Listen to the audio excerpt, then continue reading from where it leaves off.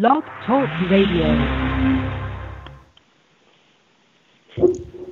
All right, welcome to a very special Friday edition of Ringside Reporter. All right, so last night we signed off and we didn't figure we'd talk to you guys till Sunday. And then news breaks, and here we are, just like CNN. How about that? Beeb, are we Fox News or are we CNN? Which one are we? We're Beeb Vision. I think we're more like Fox News because we're fair and balanced, Eric. We're Beeb Vision. Beeb Vision, yeah. What's Beeb Vision? It's a subsidiary. It's a subsidiary of Beeb Vision. Is Beeb Vision the one who took Mikey Garcia last weekend? Is that Enough with that. Enough with that. Beeb Vision? Enough with that, Because if it is, Chalk. I don't think anybody wants Beeb Vision. Enough with that, Chalk. Maybe you want Please. Champ Vision. How about that? How about Champ Vision? The guy who picks the winners constantly. Please, Robert, who Chalk. has more wins than anybody else? Who has more 10-1 favorite wins than anyone else? Come on, Robert. Pony it up. Who's the one? Hey, you both have been doing good on your picks, but Beeb got killed last week, so That's okay. right. That's right. Robbie. See, Robbie tells it like it is. All right. That's why we like him. All right. So if you want to call in, you guys can call in at 323-870-3857. You can catch us on Twitter at Ringside73 and at JHabib1. And, hey, let's get started. All right, so the big news today came out, and it concerns Beeb's boy, Tyson Fury. All right? Tyson Fury has announced his next opponent. It is a good fighter, very good fighter. Some would even say we don't know that above for sure, world class. Above world class fighter, top contender, maybe a fight or two away from a mandatory. I don't know. Give me a break.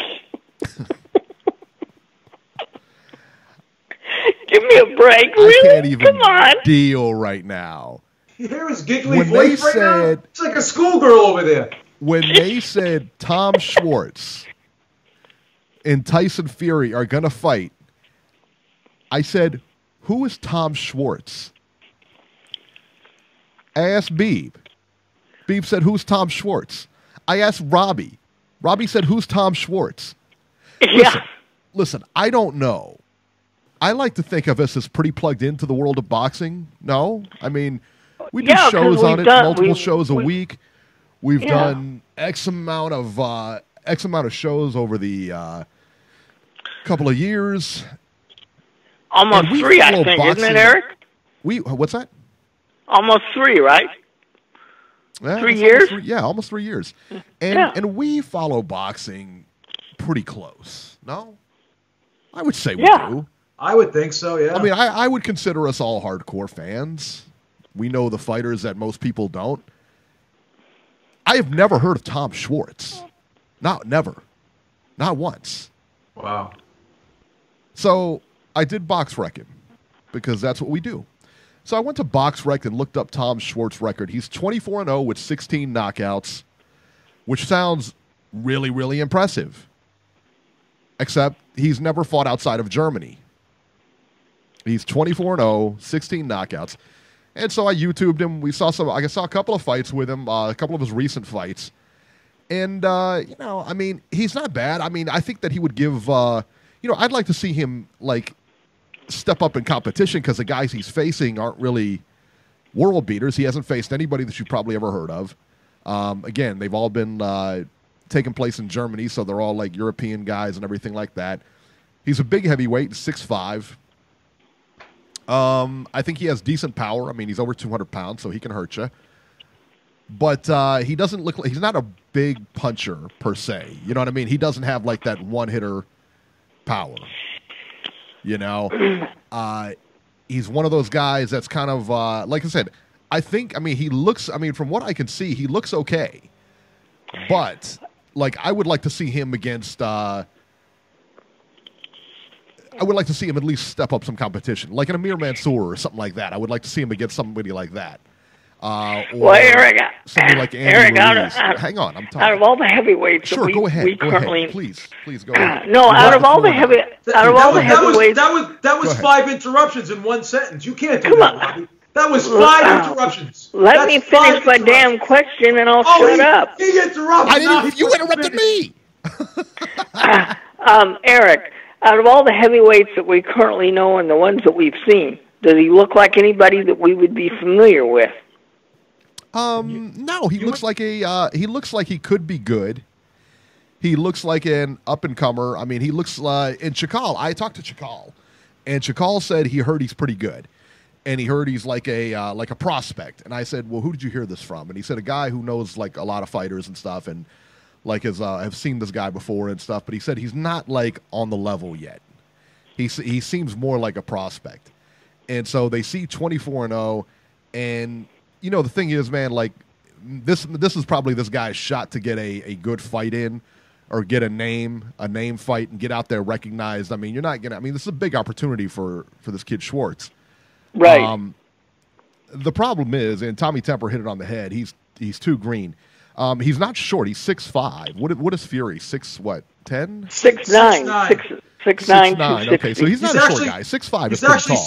He's actually 6'5.5". Don't shortchange him. Oh, there you go. There you go. He's got a half inch. There you go. So I mean, yeah, no, he's not.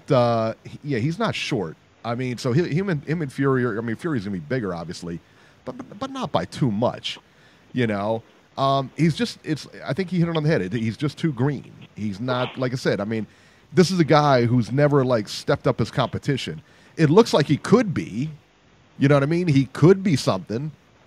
You know, if he stepped it in, but with 24 fights already under his belt, his style's already, you know, pretty much solidified. You're not going to change your stripes overnight or in one fight. And the way he fights, it's just not going to give us a, you know, it's going to be a long night for him, I think. Not a great fight. Not a great fight to make. I got a couple problems with this opponent. First of all... We got a lot of problems with this opponent. First of all, Frank Warren said that we're going to be fighting someone that's in the top 5. This guy's not in the top 5. He's not ranked. He's only ranked by the IBF number 9, and he's not ranked in any other sanctioning body. So he's ranked number 9 by the IBF. So once again, you're fighting. You're supposed to be fighting in America, and ESPN is supposed to help promote you and make you bigger in the United States. And you're fighting a guy who's not American and who's unknown, which is no disrespect to him. I mean, he's probably going to get the largest payday of his career, so kudos to him for that. But the idea of this whole ESPN deal was to make Tyson Fury more popular in America.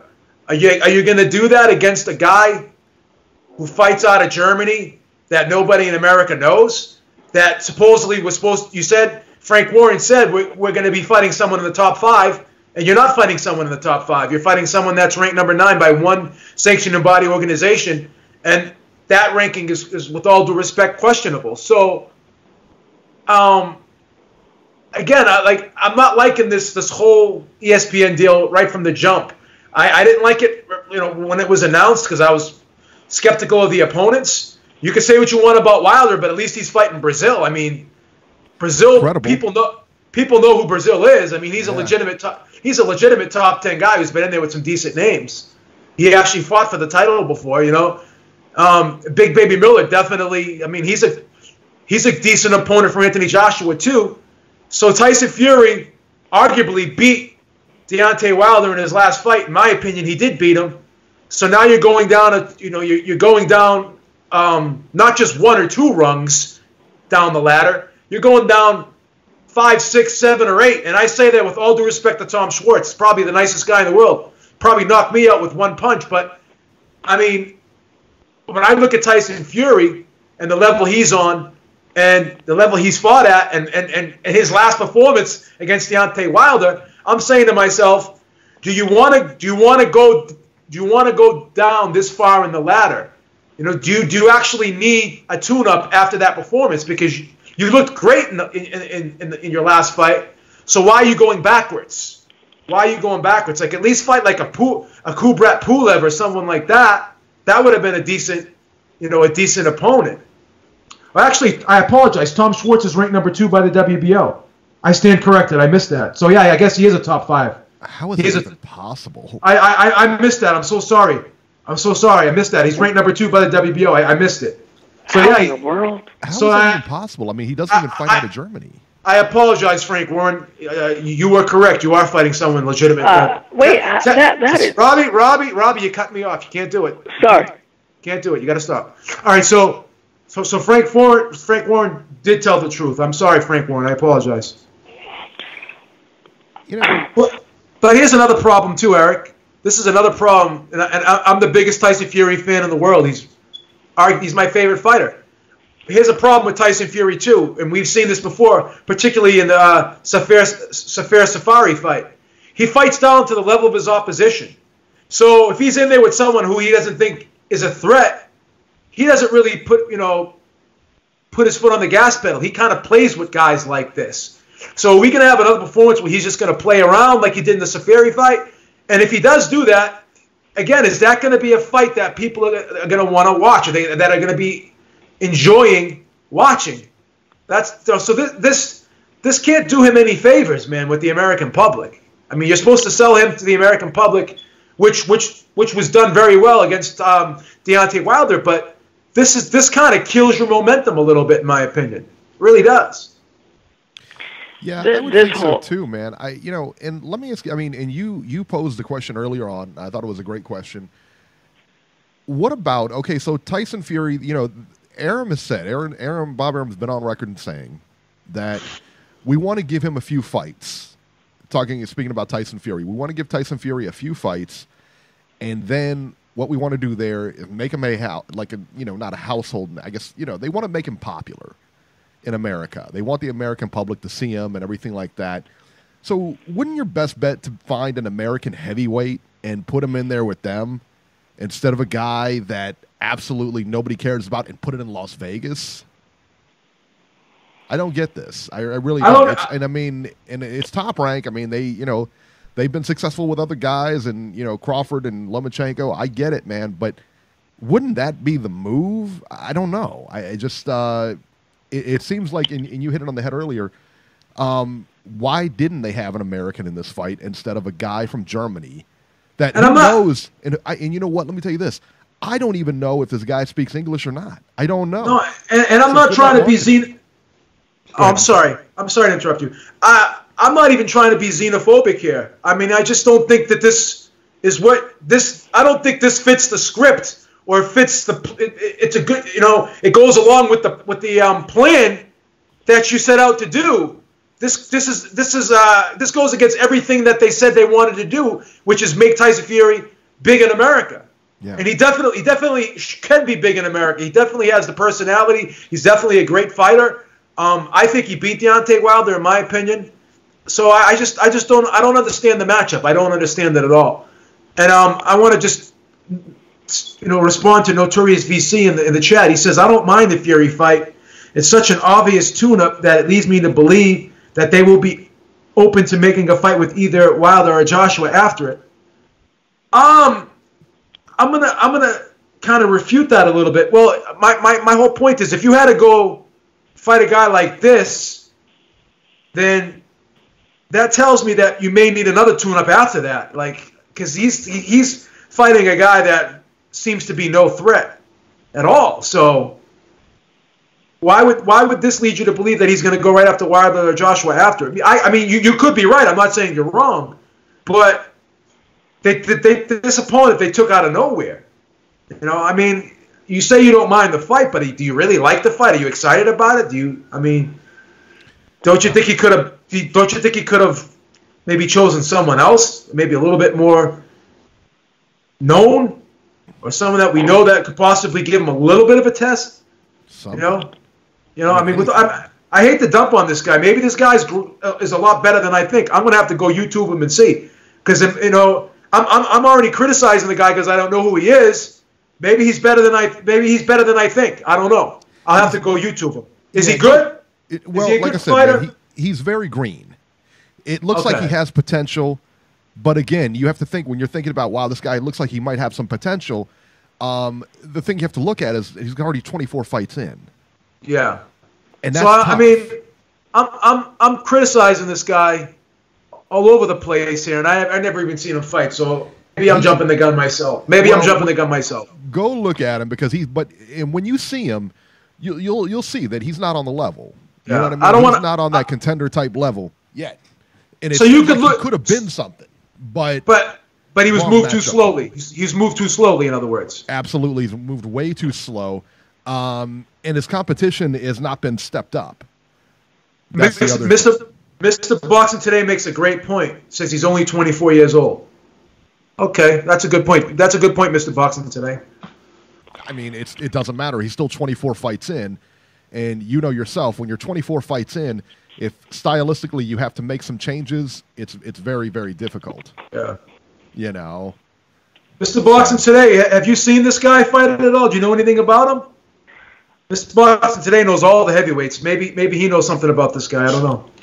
Where's Coach Big C? He knows all the boxing heavyweights too. Well, here's my problem. How can two of the organizations, the WBO and the IBF, have this guy ranked if he's fought nobody that nobody's ever heard of? They're corrupt. You got to ask that? I mean, really? I mean, how many times do we see like somebody ranked number one or a mandatory that you're just scratching your head like, who is this guy? You know? Yeah, well, this is another case of that. It's pretty 100%. Disgusting. Yeah, 100%. All right, Dan the Man Boxing. Tom Schwarz is decent, but the problem is his competition has been horrid. Exactly, that's been my point. Yeah, you know. I mean, I don't want to sound ignorant because I'm already making assumptions of this guy and I never even seen him fight. So maybe I'll pump the brakes on my opinion. I just never heard of the guy, and a lot of times we tend to think we know like guys like Daniel Dubois, like if someone's good, we're going to hear about it. You know what I'm saying? So we never heard about this guy. So that's why I'm saying to myself, is he good? Because more often than not, if there's a good prospect out there, like Mike Venom Page is pretty decent. He's not a heavyweight, but I mean he's pretty decent. So a lot of times, like at least we'll hear about guys. We never heard of. I'm sorry. Go ahead. I'm sorry. Never heard of this guy, so I don't know. So go in the chat says, who's this guy's most credible opponent? I don't know. I mean, that's the thing. And you look at his box rec, you can't pick out a name on there. I mean, he captured, what was it, I think it's the WBA, what is it, youth title? Or maybe it's the WBC youth title or something like that. About 5 or 6 fights ago. Yeah. It's not like, I mean, you can't see anything on this guy's record that would make you think, wow, this guy is a legit threat. You're right. Watch and wait do you like I said, B, wait do you YouTube him? Go watch his YouTube. Go to his box rec and YouTube his latest couple of fights. And Mr. Boxing Today said he did 14 vids on this guy. So guess what? Guess where I'm going after the show. Yeah, right. I'm going to Mr. Boxing Today's channel. Yeah, what is his channel? Is it just Mr. Boxing Today? Mr. Boxing Today 2. Okay. Mr. Boxing Today, do you have 2 channels or do you just have 1? I can't remember because I think I thought you had 2 channels. So I could be wrong though. Shout out to Mr. Boxing Today 2 in the chat. This guy's a legit bomb, man. He can tell he's always killing people in the chat.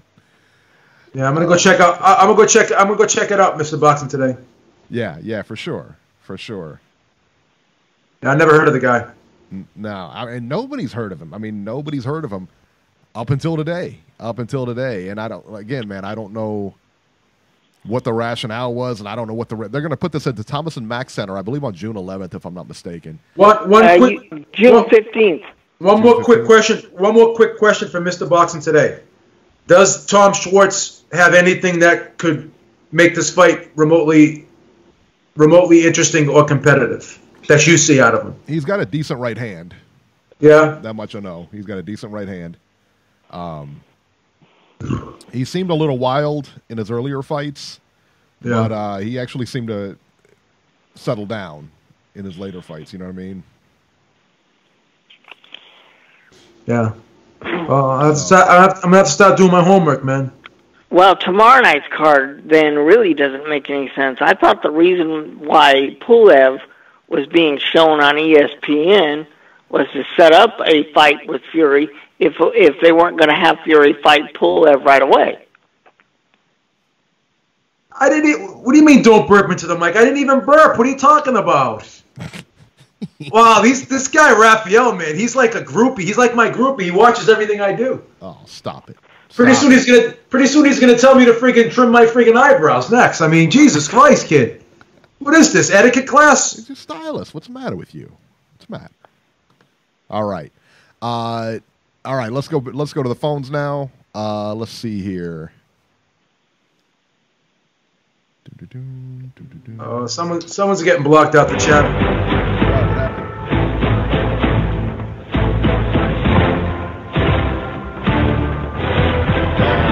He's a fucking mental case is what he is. Why are you playing my intro on Friday, dude? What's the special occasion? Come on, man. Shut up, son. Beeb, I was just talking to Eric on the fucking Facebook. I was like, how come you're always disagreeing with fucking Beeb just for the heck of it? And he's like, it's good for ratings. I think it's good to argue. He's such a moron. I mean, I told him not to argue with you all the time. He never lets you make your points without, like, butting in and shit. Never said I don't get it. Never said that. You're always on point. Lorda's trying to shit on you. Like, Lorda's like, everything Lorda says is like a Steve Kim talking point. It's messed up. He's trying to aggravate people. He knows exactly what the LDBC is. He just tries to fucking get the LDBC people to hate our show, too. That's what I think he's doing. Yeah, I just made some good points. Shut up. You didn't make any good Beep, points. did you send Lorda those articles about John Skipper and hey, DAZN? Thanks for calling, man. We appreciate it. Shut up, dude. Thanks, Jason. Shut up, dude. Can you stop butting in? Beep, did you watch that Countdown show? Thanks for calling, man. I did. I watched it. It's pretty good. It's pretty good. Yeah? What'd you think? What do you think about the fight, though? I like the best fight of the weekend. I like the Lipinets Peterson fight. I think it's a great fight. What's with the Edwards versus the Moreno fight? Do you know anything about that? Are they good in the UK? No, I don't know too much, man. I don't. Thanks for calling. What about you, Robbie? Is that a good fight, Edwards Moreno? Thanks, Shut man. up, dude. We appreciate it. Thanks for calling in, buddy. What's your fucking problem? What's up with the gas laugh? I mean, Jesus Christ, you need a new laugh and a new stick, everything. You need to do everything. Yeah, you're right. Robbie, do you know about that fight? Something new. You need a new stick. No, I don't. Robbie, do you know? Edwards Moreno? No? No, I don't. People are saying that's the fight on DAZN this weekend. But what about Tom Schwarz? So nobody on the panel has seen him fight before ever? Nobody's seen him fight? None of you guys? No, we never even heard of him until today, Tom Jason. Schwarz? What about the guy that Gozik's fighting, Dudu? So have you guys seen him fight at least or no? He's got like 8 losses. I've seen Tom Schwarz. I just told you we saw Tom Schwarz fight. I've been describing his style to you. Have you not been listening? Yeah, Mr. Boxing. You never say know what? anything Seriously, interesting, man. I mean, for real, man. You need to lay off that stuff, man. It's messing with you. Shut up. You need to lay off it, man. I was in the chat, dude. Listen, man. I'm being for real. Shut up. You need to. Shut up, dude. Lay I was in off the chat, stuff, man. It's seriously. What stuff, dude? What stuff? You know what stuff, man. What stuff? You know Too much green stuff, man. Too much green. All right. Eric, let him burn. Let him burn a little bit. No. You kill him. I'm not gonna let him. Yeah, man. Shut up, Eric. Let him burn a little. What do you guys think about that Dudu guy? Hey, Robbie, have you seen that guy Dudu that Gozik's fighting? Is he any good or no? He was on ESPN a while back, but he got destroyed. Have you seen anybody in the boxing media, like, you know, because I always call in and bash, like Steve Kim and Montero. Have you seen anybody in the media bashing that fight? Because that guy has 8 losses and this is his first defense. Do you think that's a good fight, Robbie? It's a terrible fight. No. How come you don't bash that kind of fight? Because whenever PBC makes events like that, it's like you're like, oh my God, such a disgusting event. But Robbie never brings that up. How come? I just want to know. When it's like top ranked shitty event, you guys just let it slide by under the fucking bridge. You know, like you guys just forget about it. That's my point. You guys never Jason, whenever we go through cards each week, we flat out tell people we think it's a good card or we think it's a shit card. What more do you want us to do, for Christ's sakes? Hey, Robbie, you weren't on the show last night. What did you think about the price race? Shut up, Eric. Come on, man. Shut up.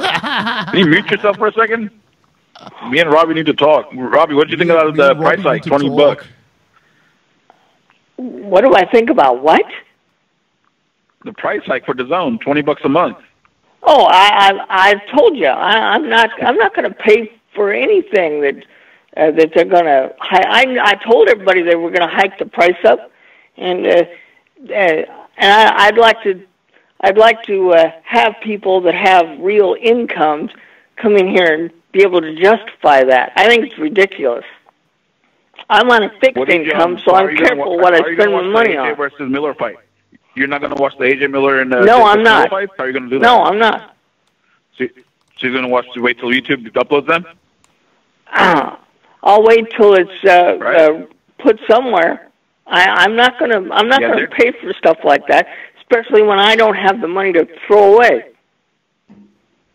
You can pay for it. You just don't like the apps like me. I hate the apps. I just hate the idea of apps. Like the only app I watch is Netflix. That's it. That's the only app I have really.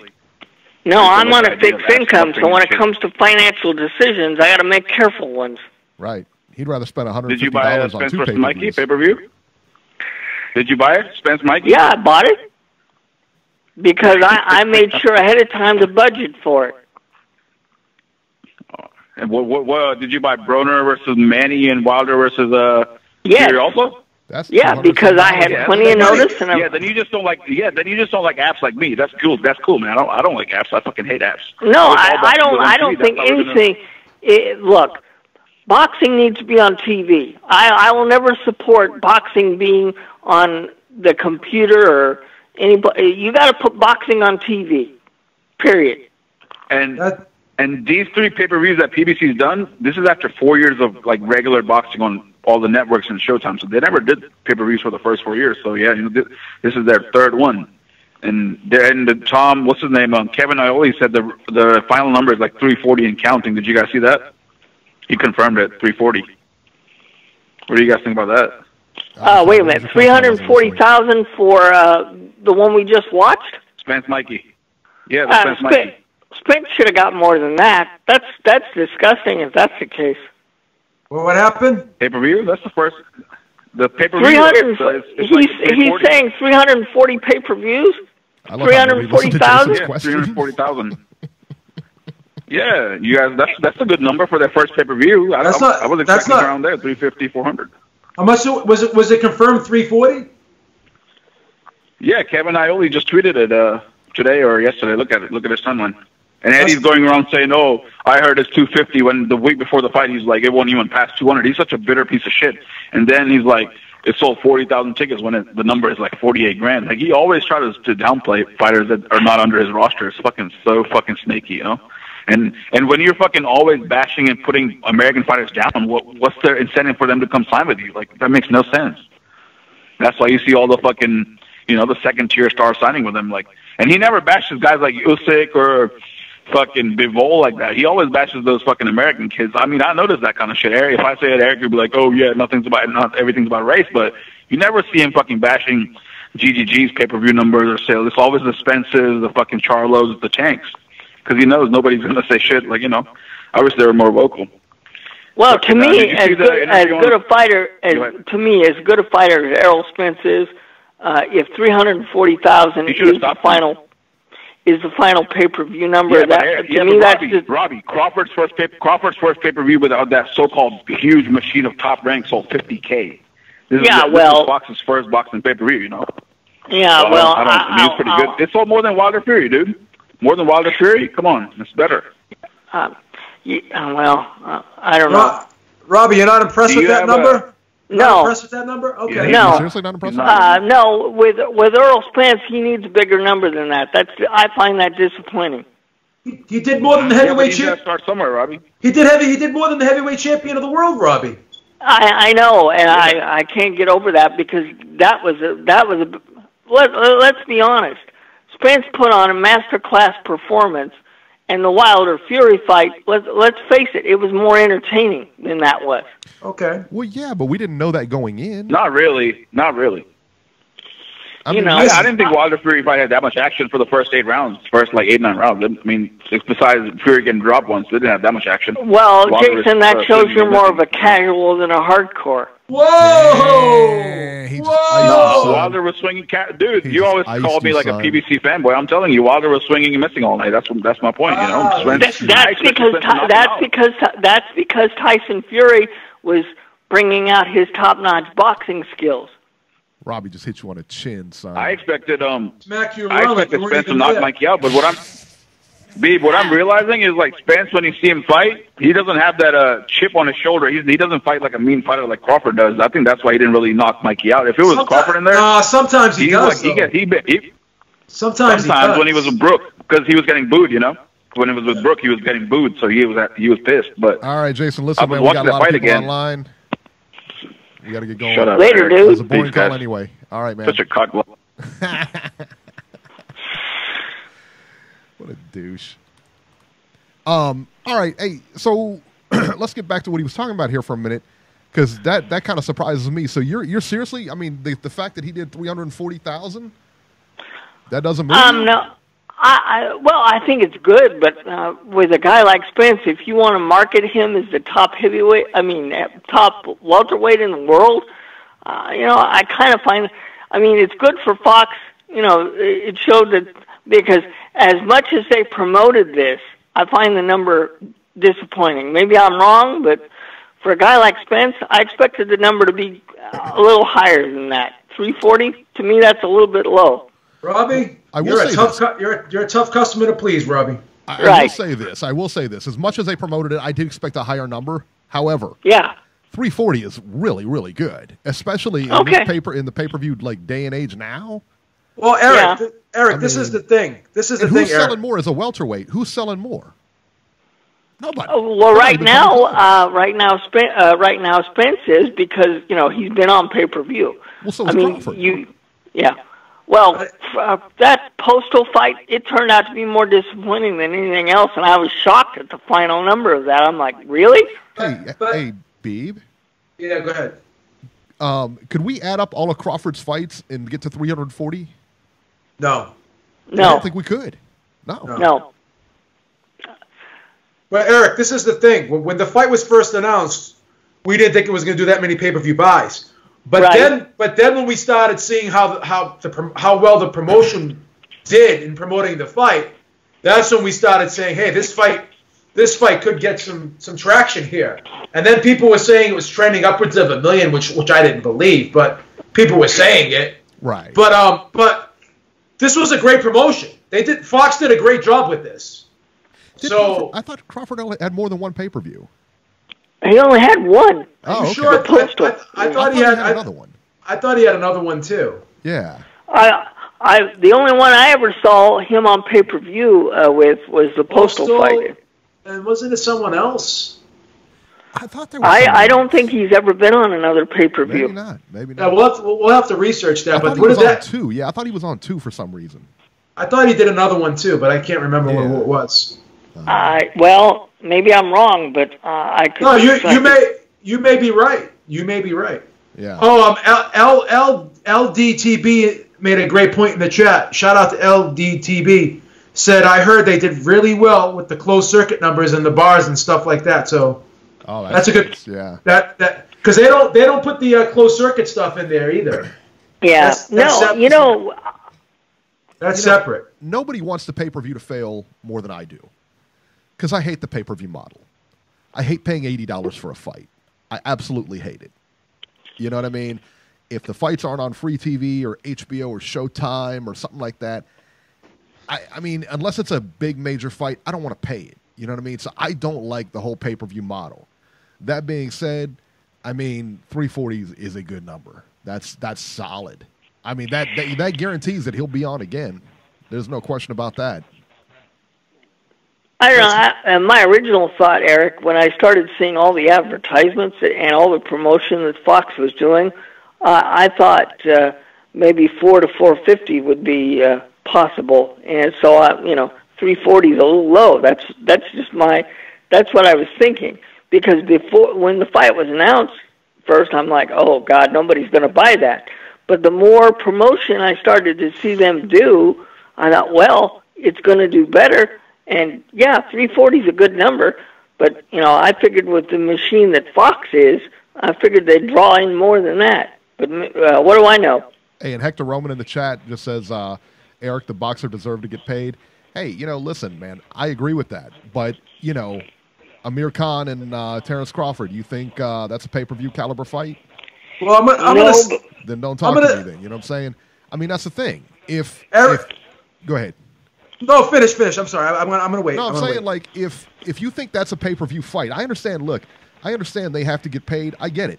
But Dominic Breazeale and Deontay Wilder, that was headed for pay-per-view. That's not a pay-per-view fight. Amir Khan and Terrence Crawford, again, not a pay-per-view fight.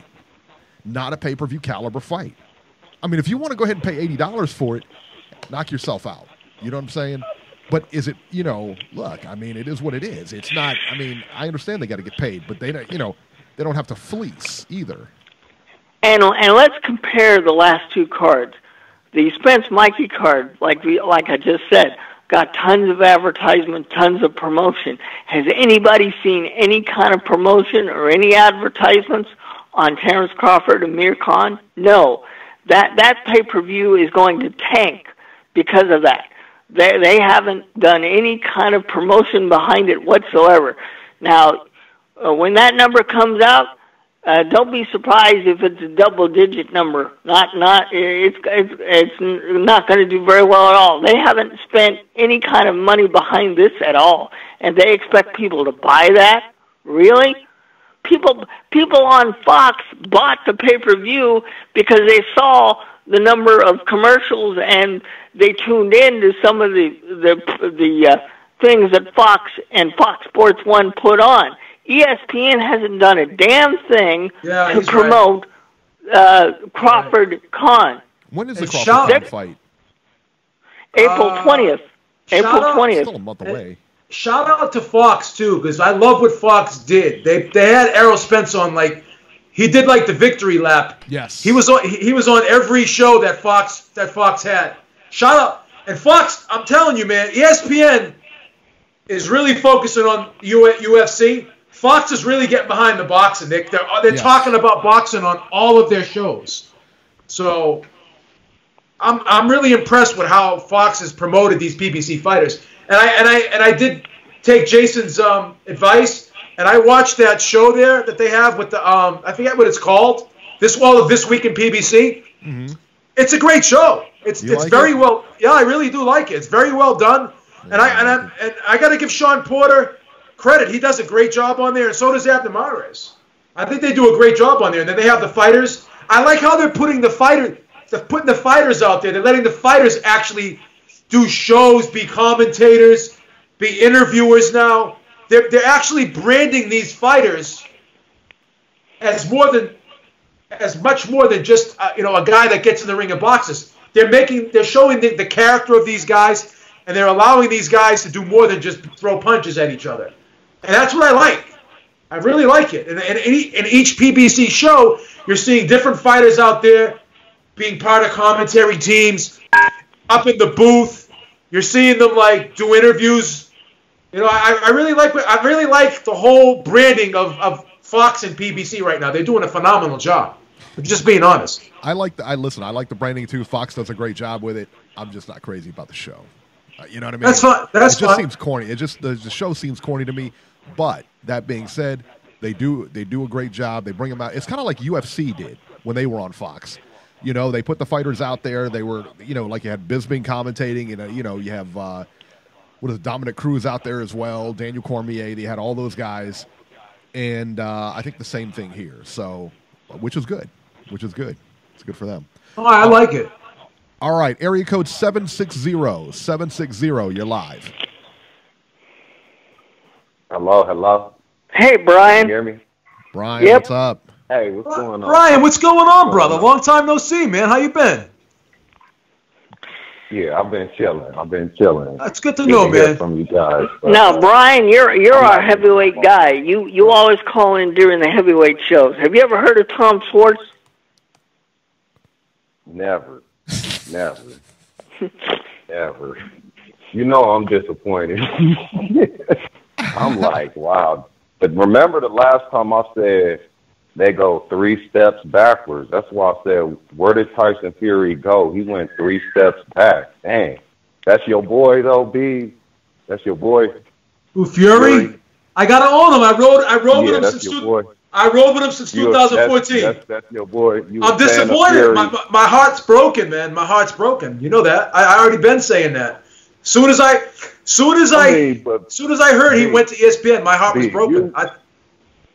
Go ahead. I'm sorry. But look, you really be sitting there watching every single Tyson Fury fight. You a fan of Fury like that? I got to be honest with you. I've been following the guy. I've seen all his fights, brother. I'm not lying to you. Okay. I was at the gym. Listen to this, Brian. I was at the gym on the elliptical watching him fight Fury at 2 in the afternoon. Even Eric wasn't watching him. Yeah. Eric, I've seen that, but I mean, like, Eric asked me who won. Fights. I watched him for Steve Cunningham. His prior fights, before.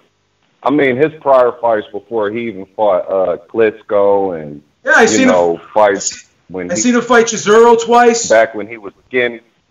I seen him fight Chisora twice. I seen him fight Christian Hammer. Yeah. I seen him fight friggin' Steve Cunningham. I've been following the guy for a while, man. Okay. And remember, Steve Cunningham was the first one to ever put him down. Yeah. Yeah, I remember that. But I'm just wondering, because he's trying to maneuver through the American market, and if he's doing it like this, I mean, people might be looking for some entertainment. You know what I'm saying? You think Fury gonna give that to him on ESPN or what? Besides his personality, because they can do that all day long. But as far as is he gonna be entertaining in the ring? Well, I think that Tyson Fury, honestly, people are gonna be looking for that. Yeah, Tyson Fury is very entertaining outside the ring, not very entertaining inside it. Typically depends on who he's fighting. Yeah, but if you push him, yeah. he like those Chisora fights were very entertaining fights. It's true. Those are good fights. Yeah. Steve Cunningham was a good fight because Steve Cunningham took it to him. Yeah. Yeah. I mean, Fury's thing is to just try to take it all the distance and outbox you and everything. But I'm just wondering if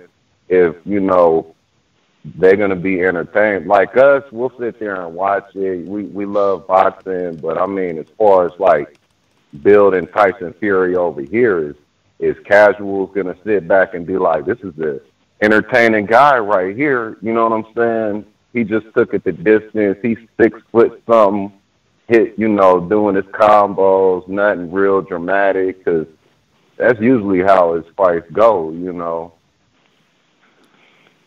I'm just wondering how he going to do on ESPN if he's picking out dudes like this, Brian, you know what I'm afraid of? He doesn't see this guy. That? He doesn't see this guy as a threat, and he has a tendency to fight down to the level of his opposition. And this could really turn out to be a stinker because he's not going to be pushed at all in this fight. Possibly, I could be wrong, but this has the potential to turn out to be a stinker. If this Schwarz gentleman doesn't force him to fight. He will force him. He's aggressive. That much. That much is evident. He is an aggressive fighter. He does come forward. He doesn't like to go backwards. He is an aggressive guy. But what if he gets stage fright, Eric? You don't know how he's going to react in there with Tyson Fury. You know what? You're right, and I think that's the big thing with him coming to the United States for the first time, fighting out of Germany, fighting out of his comfort zone, coming into the U.S., fighting Tyson Fury on national TV. You're 100% right. I mean, he could freeze on the big stage, no question about it. So, Eric, this will be on ESPN or ESPN Plus? Plus. Okay. I mean, has looking for the entertainment value of it. Hopefully, Tyson Fury can go in there and make a statement off of this win, besides just pity-patting him for about 10 rounds and putting me to sleep. You know what I'm saying? I mean, it could, this is a heavyweight division, so all they take is really like one punch to change. But I think that might be his weakness too. You know how you guys say he can box, but he do get hit. You know what I'm saying? You know, it's just like Wilder. They talk about his boxing, his suspect, Anthony Joshua, his stamina. Fury gets hit. You know what I'm saying? With his boxing, you know, so he's not just like, you know, he gets hit.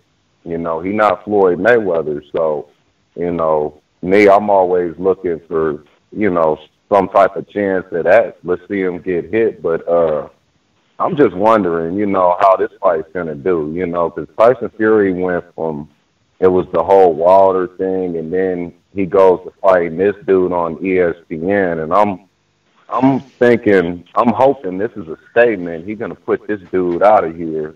You know, what you guys think? I don't know. I mean, Tyson Fury fights one way, right, Beeb? Yeah. What I'm hoping for is we don't get another one of the Safiri type performances where he played the whole fight. I just hope he doesn't do that. Yeah, that's all. That's all I'm saying. But if let's say he doesn't get the knockout, he outboxes him. You think that's going to captivate the audience? No. ESPN. No.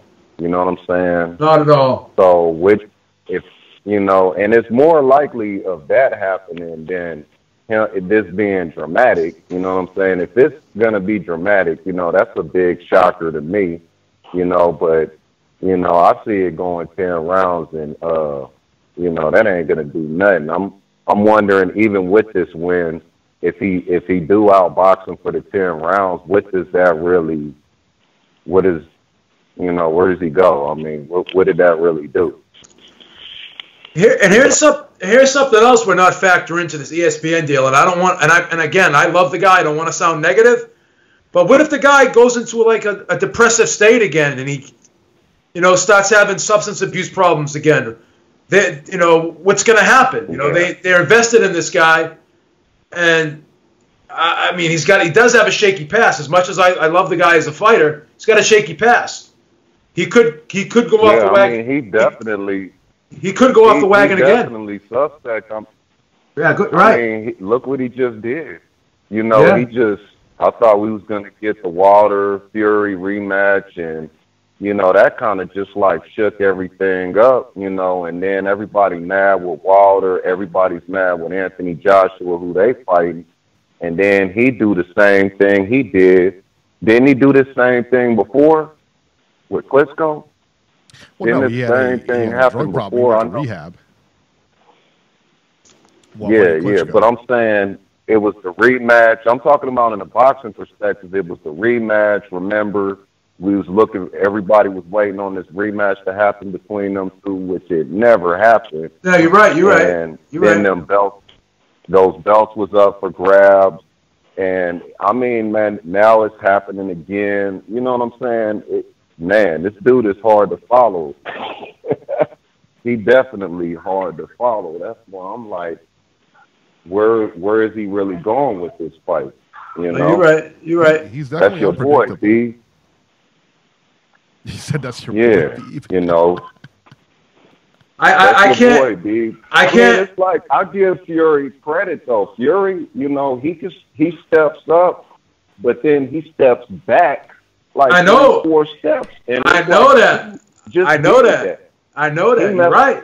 Because we could have got the rematch. We wouldn't be complaining about nothing right now. We have the rematch. Because you say, B's like, yeah, he won. So everybody, he riding off of the he won wave. Now he going to fight this dude. You know, why you didn't, I don't know, man. It's, you know, I tried not to get caught up in all this. You know, but it's confusing. Brian, let me ask you this. Although I think he won, now the question still remains, did he leave some of himself in that ring after fighting Deontay Wilder, after being hit by that right hand? Did that right hand do something to him psychologically? That's what I'm asking. That could be the case too. I mean, I'm even wondering that myself. Like, you know, did it do some damage? You know, period. Psychologically, physically, did it do damage? Because you're going 3 steps back, not even a step That's what I'm saying. That's what I'm saying. Yeah, man. You know, and to be honest with you, Tyson Fury. You guys are reading too much into that. If that, let me tell you this, if that damaged anybody, it would have damaged Wilder. And I'm going to tell you why. Yeah, I was going to say that, Eric.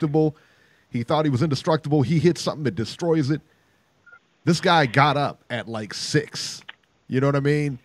He was up, and then he came back and dominated the round. Eric, homie, how tall is Tyson Fury? 6'9". 6'9", right? You telling me that this dude fall into the canvas twice? Okay, he got up. Okay, I give you that. But you don't think that affected him? I sat there and listened to his family speak about them knockdowns. You know what I'm saying? He was knocked down. Pretty nervous. It's not the first time he's been down. No, but Brian, I think Eric's point is, Eric, man, Brian, that was a hellacious knockdown in that 12th round, though, Eric. You can't. Why and he also came back in that 12th round too. And you know what?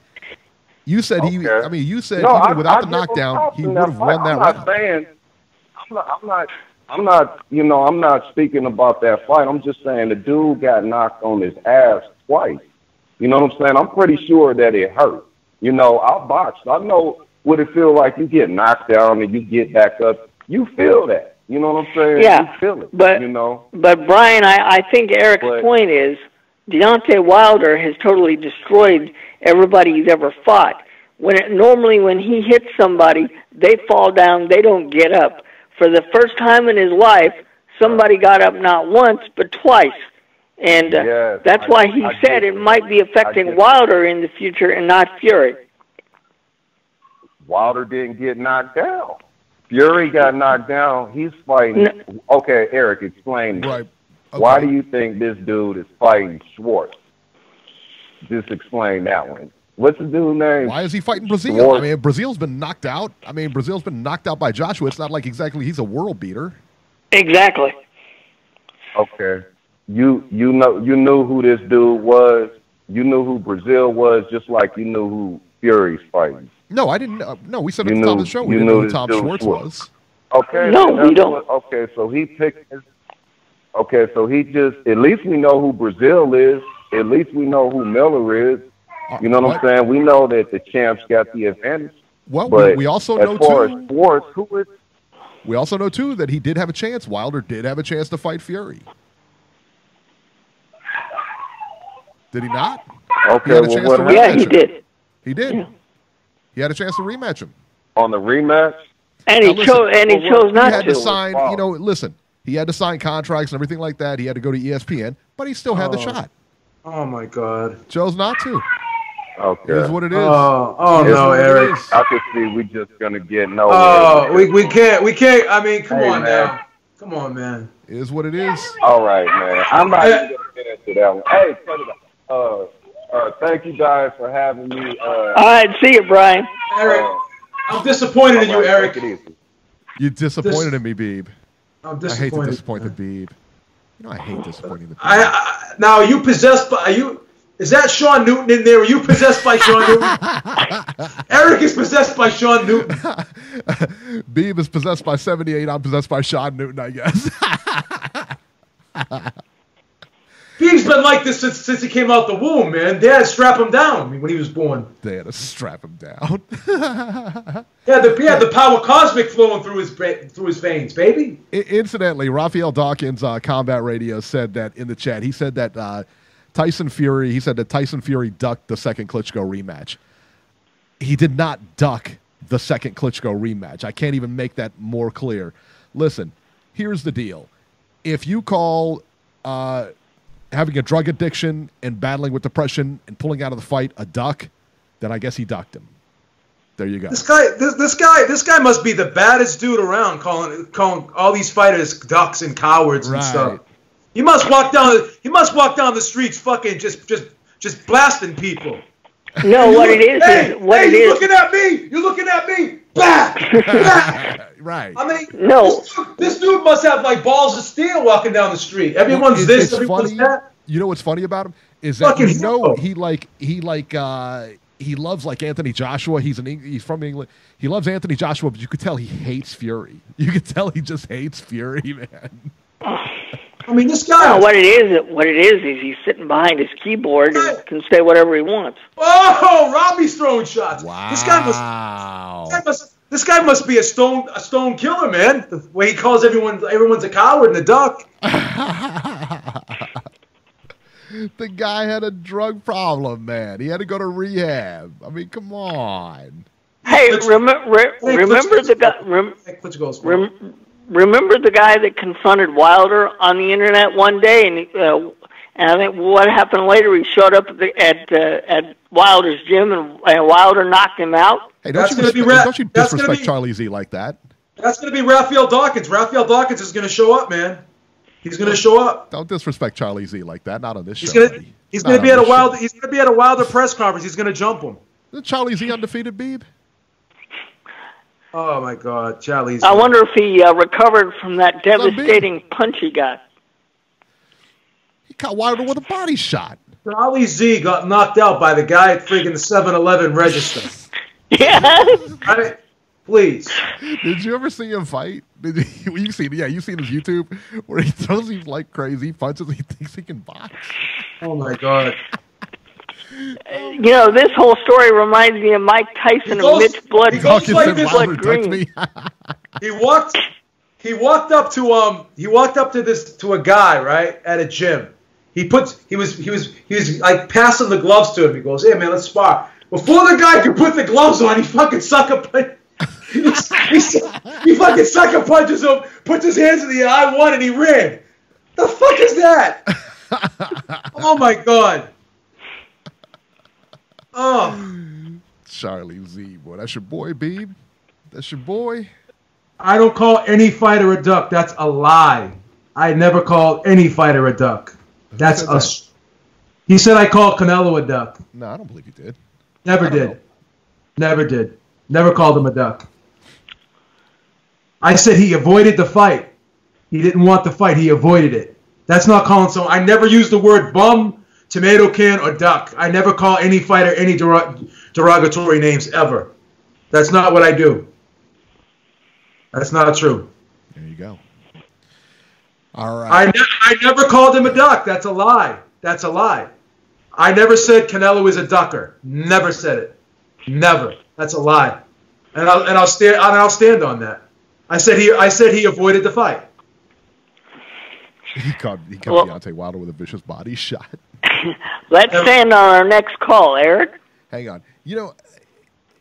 So, and he had like a whatchamacallit, the last caller, Brian or whatever. He was saying about Tyson Fury, and he was talking about the other opponent, Dominic Breazeale, and about this guy, Tom Schwarz. Listen, we know Breazeale, but he's an American fighter. Okay, we don't know Tom Schwarz, and whether he's good or not, I don't know. I mean, whatever. But you can't say, like, it's not like, again, man, it's not like Wilder is fighting a world beater out there. Anthony Joshua is fighting the best guy out there. He's fighting Big Baby Miller. So you can't really say that, well, this is such a big step down for Fury. He's fighting Breazeale. It's not like this. It's like climbing a Mount Everest over there. For Eric, let's look at it this way. Joshua's got the most competitive fight of the three of them. That's what I just said. Yeah, absolutely. Yeah. Absolutely. Yeah. Because Dominic Breazeale he's going to get a sleeping pill. That's exactly what's going to happen to him. He's going to go to sleep. Yeah. All right, so let's go to area code 503. Is 503 in Portland, Robert? That's Oregon. That's Oregon. Right. Robbie's stomping grounds right up there. 503, you're live. Or maybe you're not. Yes. Yeah. Go ahead. Yo. You hear me? You're on. Yes. Hello? Yes, Yo. you're on. Puro pinche Mikey. Oh, my goodness.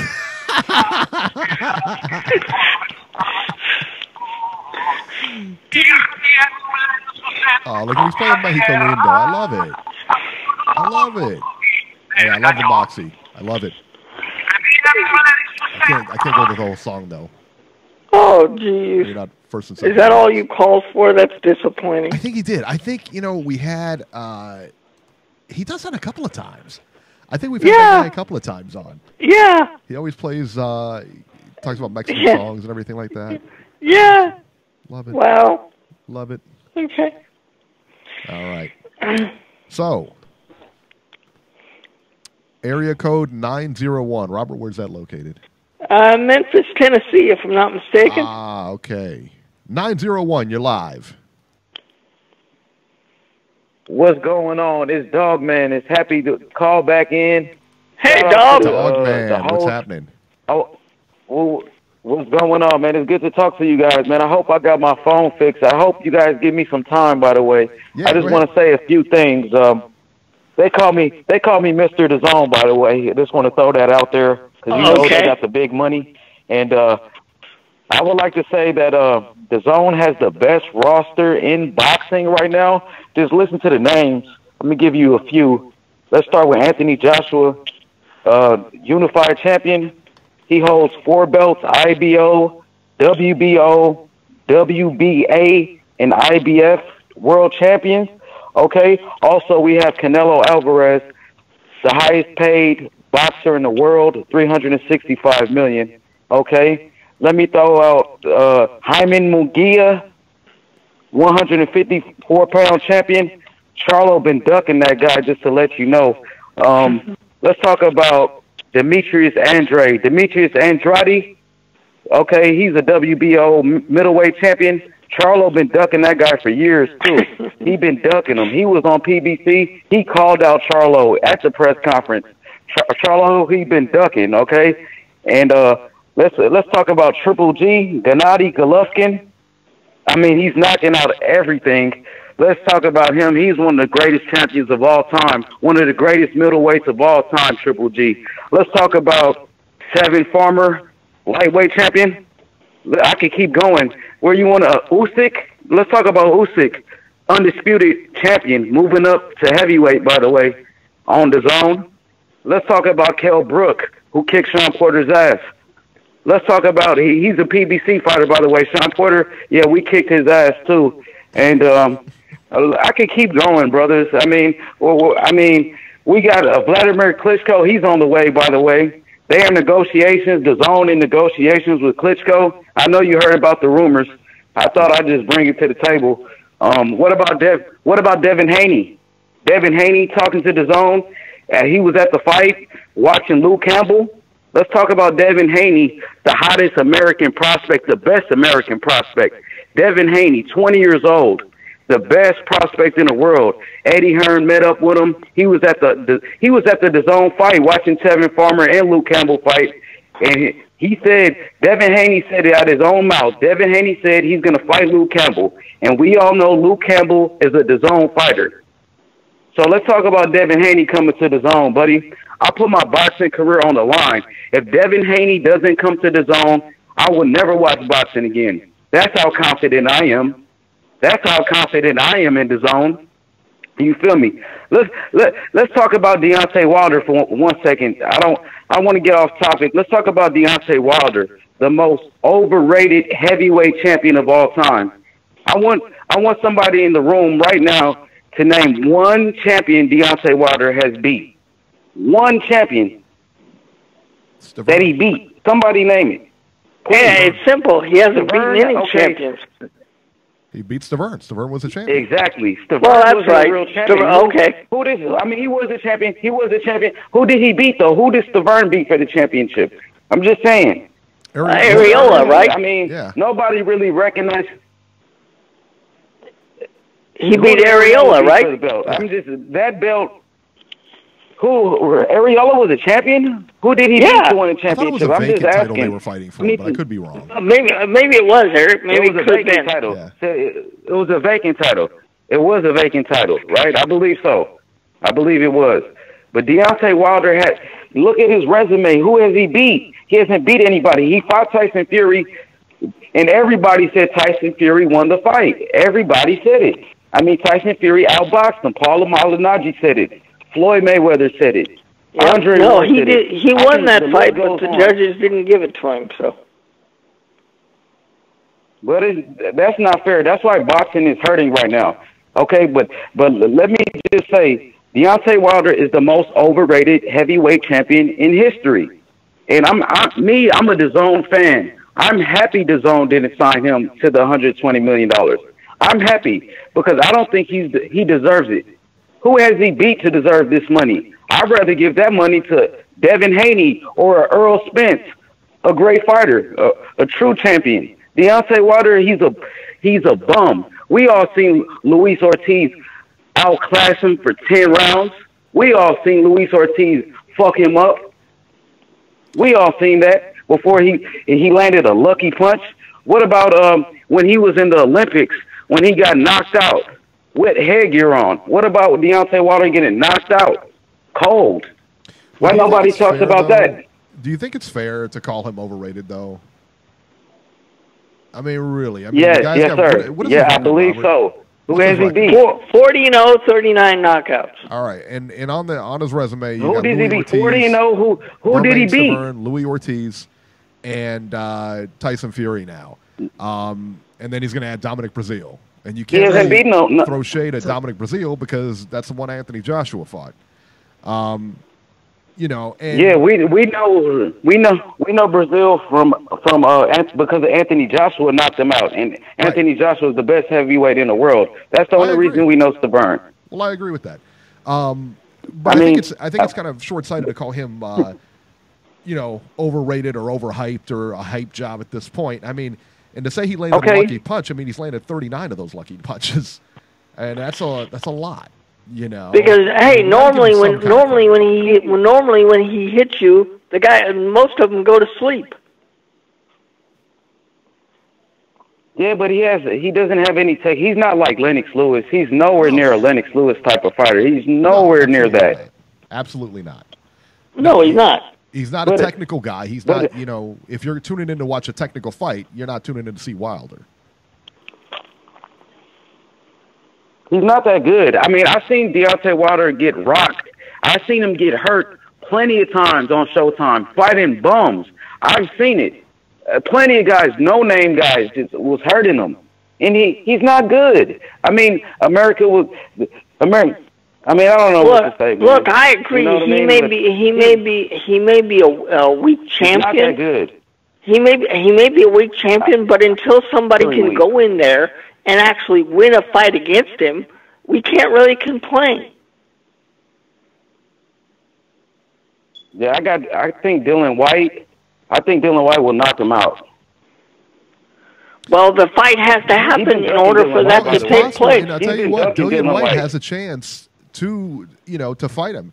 Dillian White is a free agent. He can go anywhere he wants, and he had a chance to go to PBC, and he had a chance to fight Wilder, and he didn't do it. He's not taking the contract. So, he can only fight who's put in front of him. And that goes the same with Joshua and the same with Fury. He can only fight who's in front of him.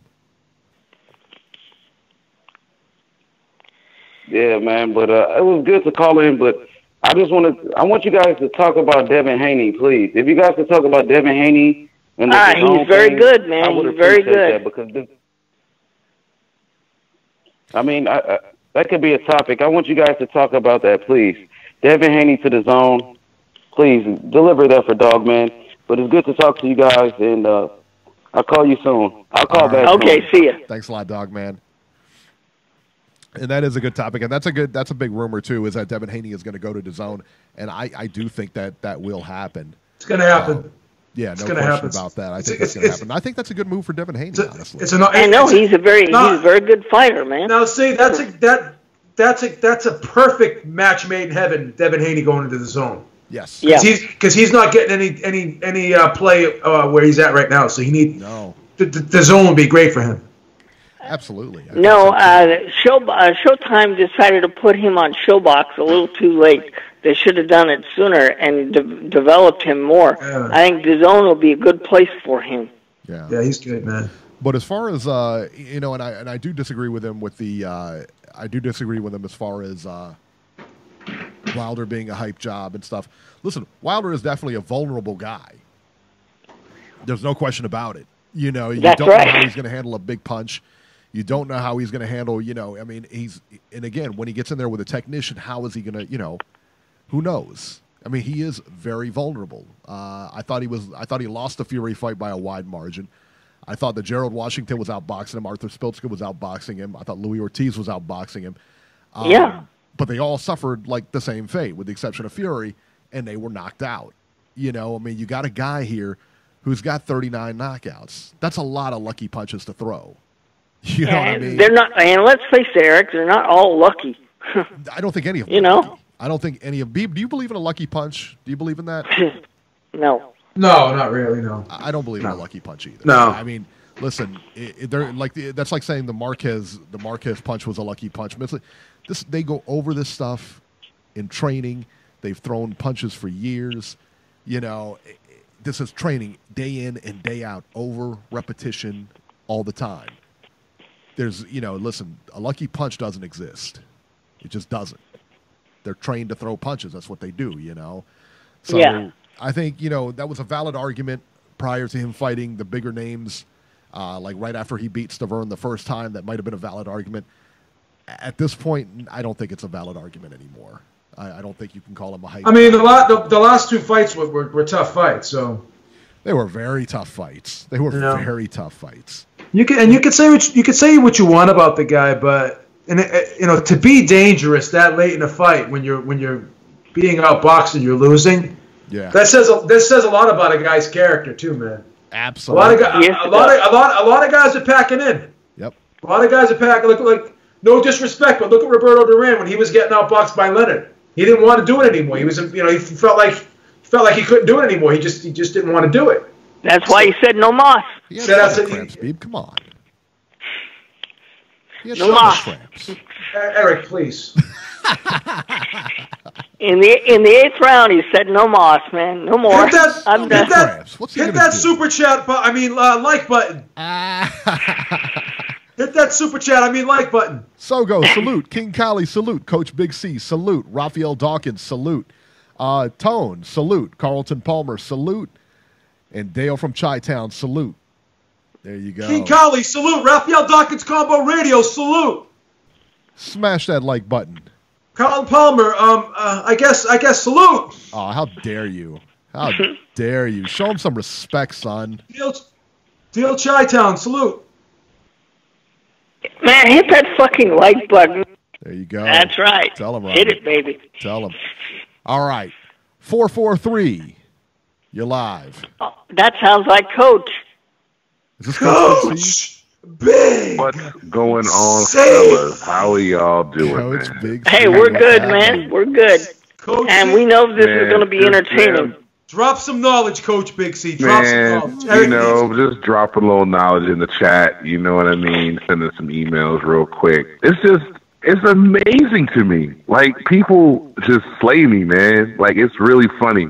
Like first of all, Brazil's a mandatory, so yeah, we know because he's just mandatory. Yeah, so like, everybody's like, it's a man. Robbie, don't hijack the calls, Robbie. No hijack the calls. But I mean, AJ could have fought Dillian White or Luis Ortiz, but he's fighting Big Baby Miller, and I mean Tyson Fury is fighting Schwarzkopf here. You know what I'm saying? So it's just the running away of it's just. I mean, you can say whatever you want about this guy, Deontay Wilder. At the end of the day, these guys are running from him, man. They're running from him. I mean, Fury's building his profile in the U.S. to fight on an app, to fight some guy that hardcore boxing fans have no idea who he is. You know what I'm saying? AJ is going to fight Big Baby Miller in front of 50,000 people on an app. You know what I'm saying? I mean, the fact that people actually think that the AJ Wilder fight or the Fury Wilder fight is going to be on an app, it's just like, what are you smoking? Like, this fight's going to definitely be on pay-per-view. There's no way around it. I mean, we're talking resumes and who did this guy beat to get the belt and all this kind of stuff. I mean, at the end of the day, like, it is what it is. Like, AJ's got 3 belts. Yeah, some of them were purchased and One of them was scammed to him, and then he actually beat Parker for it. But he's got all three. You know what I'm saying? Like, what are you going to say, right? He beat Charles Martin, who probably shouldn't have even had the belt, paid him $9 million, took the belt from him. You know what I'm saying? Then he had a vacant unification title match versus a guy who lost his last fight to get the WBA belt. Everybody talks about how corrupt the WBC is, and nobody really mentions the WBA with that shenanigan that was pulled. And then he fights Parker in the most boring heavyweight title fight in history. And he's supposed to be this strapped-up champion that everyone's supposed to just look at in awe and glory. He's got 3 belts. And it's like, get out of here. You know what I'm saying? Like, what are you honestly, about, I think the most boring heavyweight championship fight was Fury and Klitschko. That was pretty bad, too. It's one of those, too. And it's funny, both those fights were in Europe. You know what I'm saying? And, like, the fact that, you know, now, okay, the fight had to be in England. Now the fight's going to definitely be in the U.S. And now, it's got to be on the zone for $40 million, despite the fact that it's a $120 million fight. And then the rematch, we don't even know how much that'll be, but we're going to lock you into this $40 million for that fight, too. It's like, Eric, you got to answer this question for me. And, like, seriously, think about it for a second. Why is it that Wilder gets these jerk-off deals? Like he's like a junkie or something. Like he's desperate. Like he's on drugs. Like, yeah, you can get the fight, but you got to we got to promote you for a while first. So that's the thing no one wants to talk about. It's like everybody wants to promote this guy.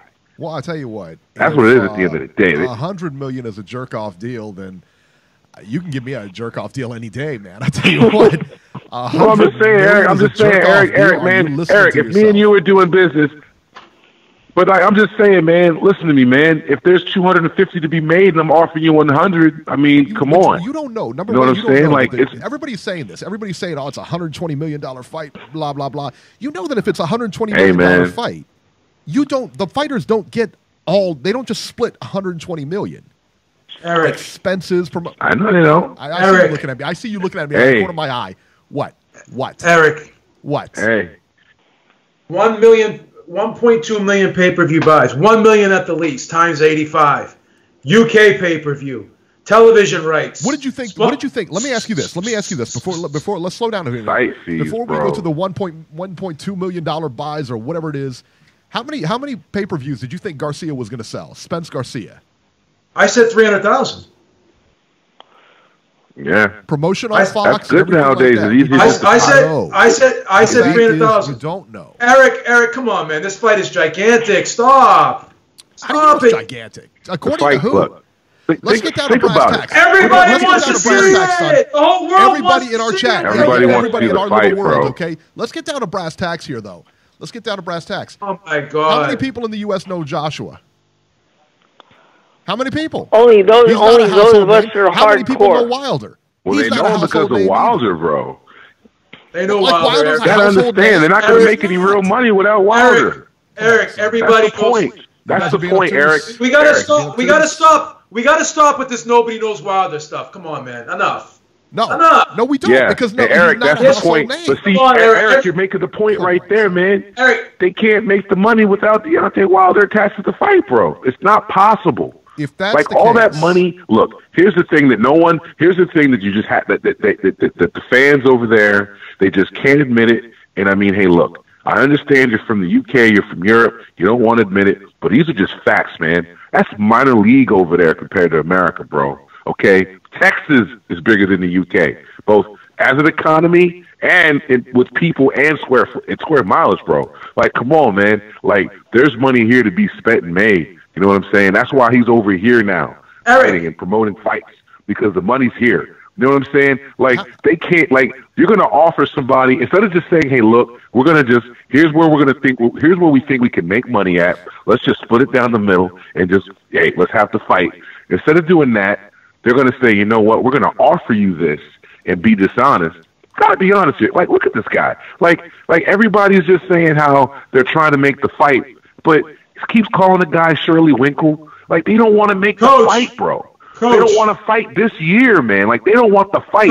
Old man Hurt has already said he doesn't even care if they ever fight him. Coach, his guy, the gravy train. Ahead, Beeb, I'm sorry, Coach.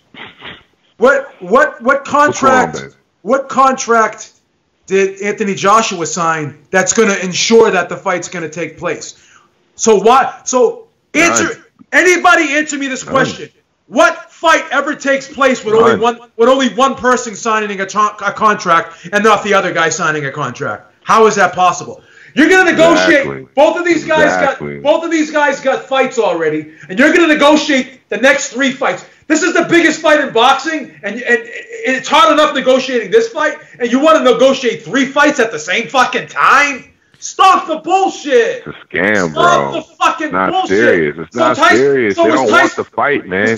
Was Tyson Lewis a 3-fight deal? Was Golovkin Canelo a 3-fight deal? Was Holyfield Tyson a 3-fight deal? Was Leonard fucking Hagler a 3-fight deal? The biggest fight in the sport. The biggest fight in the sport. You sit down and you negotiate the biggest fight in the sport.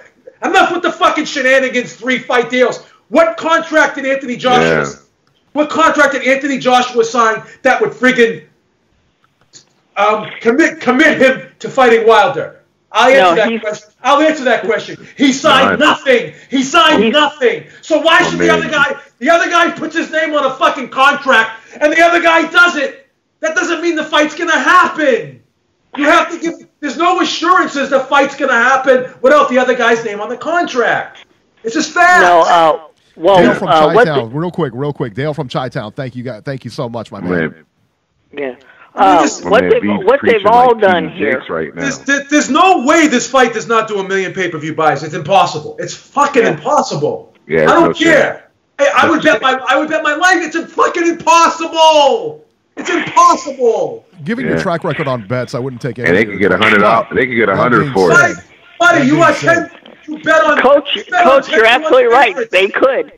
They could. Very well indeed. They could get 100 for it. $1 million and 100. They could get that all day. Damn right they could. You know what I'm saying? Right they could. And I mean, the thing about it is, the thing is, like we talked about this before, it's a party at the end of the day. It's an event. Like you act like adults. You sit down and you figure it out. You don't go through the media.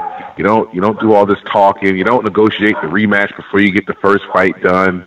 I mean, look, if you really want to have the fight done, you would say, hey, look, Wilder fights in May, AJ fights in June, and hey, boom, we'll get it done. And that's what we'll work on, and we'll work on getting it done. But AJ can't even show up to people's fights. He shows up to Canelo fights. You know what I'm saying, with his massage therapist, Slim with the ponytail, and you know what I'm saying. Like he doesn't show up. That's the thing about AJ too. Like we talk about how much money AJ's making in fights. He sure don't look like nobody with no money. I mean, he looks like a regular cat walking down the street. He don't look like he's making. I don't think at the end of the day, if you did their tax returns, I don't think they'd be too much different, man. To be honest with you, bro, like AJ lives in England, man. He lives in London, man. That's expensive. Wilder lives in the South, man. Like it's a little different. You know what I'm saying? Like I just I don't see the want. Like first of all, Wilder and Fury were fighting. Why wasn't AJ at the fight? AJ had nothing on his plate. He didn't even have a fight scheduled. Why wasn't he at the fight to just say, look, whoever wins this fight, I want winners. And I'm going to knock that chump out. He didn't even show up, man. That's what a heavyweight champ does. That's what a heavyweight champ does. And he was in America. That's a silly argument. He doesn't want the fight because he didn't show up at the Fury fight. No, it's not, Eric. Get the fuck out of here. Eric, how long have you been watching boxing, bro? That's silly, son. Remember when Evander Holyfield was in Tokyo when Tyson lost to Buster Douglas? He was in Tokyo. Pissed. I don't like, have damn. his schedule. You got a lot of excuses, yo, for AJ. You got a lot of excuses for his golf. Wilder did go to the a lot of excuses. Wilder went to the Joshua Klitschko fight, though, didn't he? Yes, he did. He went to the area. He wanted to go to the Parker fight, but they said they wouldn't let him in the ring. And he wanted to go to the Parker fight, too, and they wouldn't let him in the ring. Yeah? They were afraid. So you got a lot of excuses for your boy. You got a lot of excuses for your boy, Eric. You got a lot of excuses, yo. Like, you got a lot of excuses for your boy acting soft. Hey, my boy's acting soft. Yeah, you acting like AJ's acting real soft around here. AJ's acting real soft, bro. Like, the fact that he wasn't at that fight, the biggest fight of the year, he wasn't there. Come on, man. What was the bigger fight? What was the bigger fight? What was the bigger fight? What? Well, Eric hates Wilder. Please don't tell me that Canelo Golovkin shenanigan show was a bigger fight. It's a bigger fight than that travesty. What? Well, there were only 2 pay-per-views in America last year. Triple G Canelo 2, and Wilder Fury. What was the bigger pay-per-view? I definitely think the heavyweight. Well, I don't care about numbers and who watches. I'm asking you, what was the bigger fight? I'm telling you right now, Wilder versus Fury was a bigger fight. What are you, crazy? Did you see the numbers on that? Nobody cared about that goddamn fight. Right, that's why nobody watched numbers. That's why nobody watched it. Wait a minute, Coach. Well, how else are we going to measure whether it's a big fight? Just based on your opinion? Eric, you had the undefeated. Hold on a second. You had the undefeated WBC champ versus the undefeated linear champ. Both of them undefeated. Heavyweight title fight in America. Yes. And you're going to tell me that a middleweight fight between Triple G, the Ducker, the middleweight embarrassment versus Canelo, who whooped his ass, by the way, in that fight. Who whooped his ass in that fight. Walked him down all rounds. Yes, he did. Yes, he did. Golovkin is a joke. Dude, okay? Golovkin's a joke. Let me ask He's you a this. joke. Let me ask you this. If we're not going to measure it with numbers, how would you measure that fight? How would you measure who's the biggest fight? I'm gonna just say this. Other than your opinion, how do we measure that fight? Which was bigger? You got to go by the numbers. Okay, what was the bigger fight to him? All right. Well, honestly, okay, we got a little off topic there, but what was the bigger fight for him? Canelo versus Fielding or Wilder versus Fury? What had a bigger impact on his pockets, his career? Wilder versus Fury. Because if Fury would have just won, or if Wilder would have just won, he could have sat there and said, I want the winner. Right? If Wilder would have knocked out, if that fight would have got called when he got dropped in the 12th round, it probably wouldn't have been a rematch. Maybe so. But as we've seen, Fury doesn't really want a rematch. So then he could have fought AJ. See, it seems real funny. AJ always wants to fight Wilder, and he's vocal about it when Wilder's got business going on. Like, he's negotiating a rematch, but now I want to fight you too now. Like, all right. Whatever, dog. Like, okay, sure. You know what I mean? And then you're fighting Big Baby Miller 6 months later. You know what I'm saying? Like, for a guy with 22 fights, he sure don't like to fight. You know what I'm saying? Like, he fights like every 9 months. Like, it's really weird, this AJ guy. I can't put... He's not. All top contenders. He's fighting Brazil next. Joke, bro. Like, come on. Who's fighting Brazil next? Brazil's is mandatory. Who fought Povetkin instead of fighting a unification fight? You don't think he can bypass Brazil? Who fought Povetkin instead of fighting a unification fight? You don't think he can bypass Brazil? But he's supposed to not fight and wait for AJ to fight? That kind of clout? Well, who's he going to fight? Who's he going to fight if AJ's fighting Miller? Who's he going to fight? AJ has a fight already. He's got a fight already. He can't fight White. They can't call Remember, Wilder was supposed to fight Fury, but Fury ran off, man. We're not even supposed to be having this conversation. He's supposed to be rematching Fury before Fury ran to go fight Schwarzkopf. I agree. He should have fought Fury. So all right. So there you go. Like, what do you want to do? You can't make him sign the contract. I mean, this ain't Karate Kid 3. You can't just roll up and slap him up and sign the contract. Like, it don't work like that. I believe you can. Like, I believe you absolutely Coach can. C killed you. Yeah, he's gonna roll. Coach killing you. Coach That was C, a bonsai tree. He had no moment choice, there, bro. Coach. He's killing you. Coach C's killing you. Yo, hey man, he had the bonsai tree in the salt water. Every time he calls, Beef says he's killing me. He's like, you know what? He's like the hype man for Coach C. I love Coach C, man. Oh my God, this is great. Yo, man, look, come on, man. Like, hey, they can still fight in the fall, but we gonna see. Because, you know, we'll see if Wilder shows up to AJ's fight. We know AJ ain't got the nerve to show up to Wilder fight. AJ's a chicken shit, man. Like, it's obvious. Like, I imagine, like, guys that are AJ fans are like the guys that just got, like, slapped. Like, walking through the halls of high school and people just slapped them.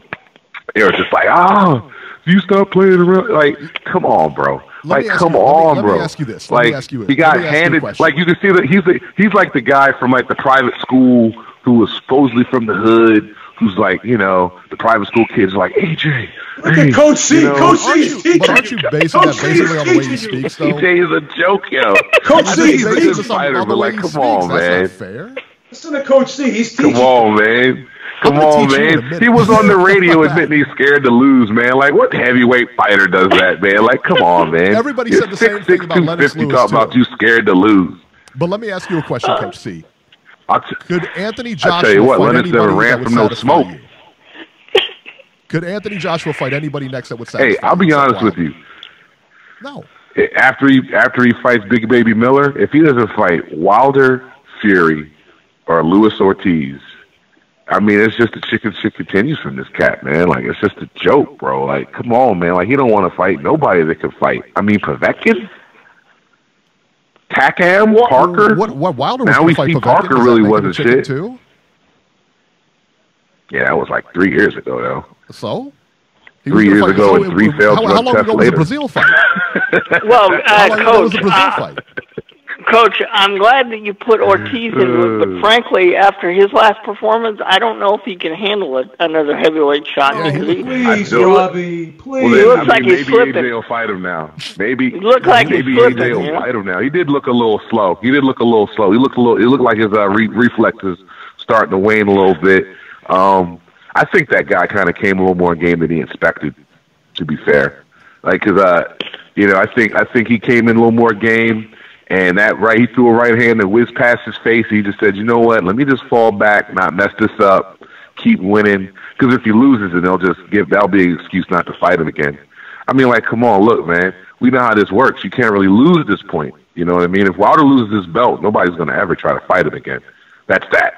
You know what I'm saying? It's like Clubber Lang versus Rocky. You know, in Rocky IV, Clubber Lang wasn't in it, was he? Nah. No, you're thinking of number 3. Coach C dropping gems.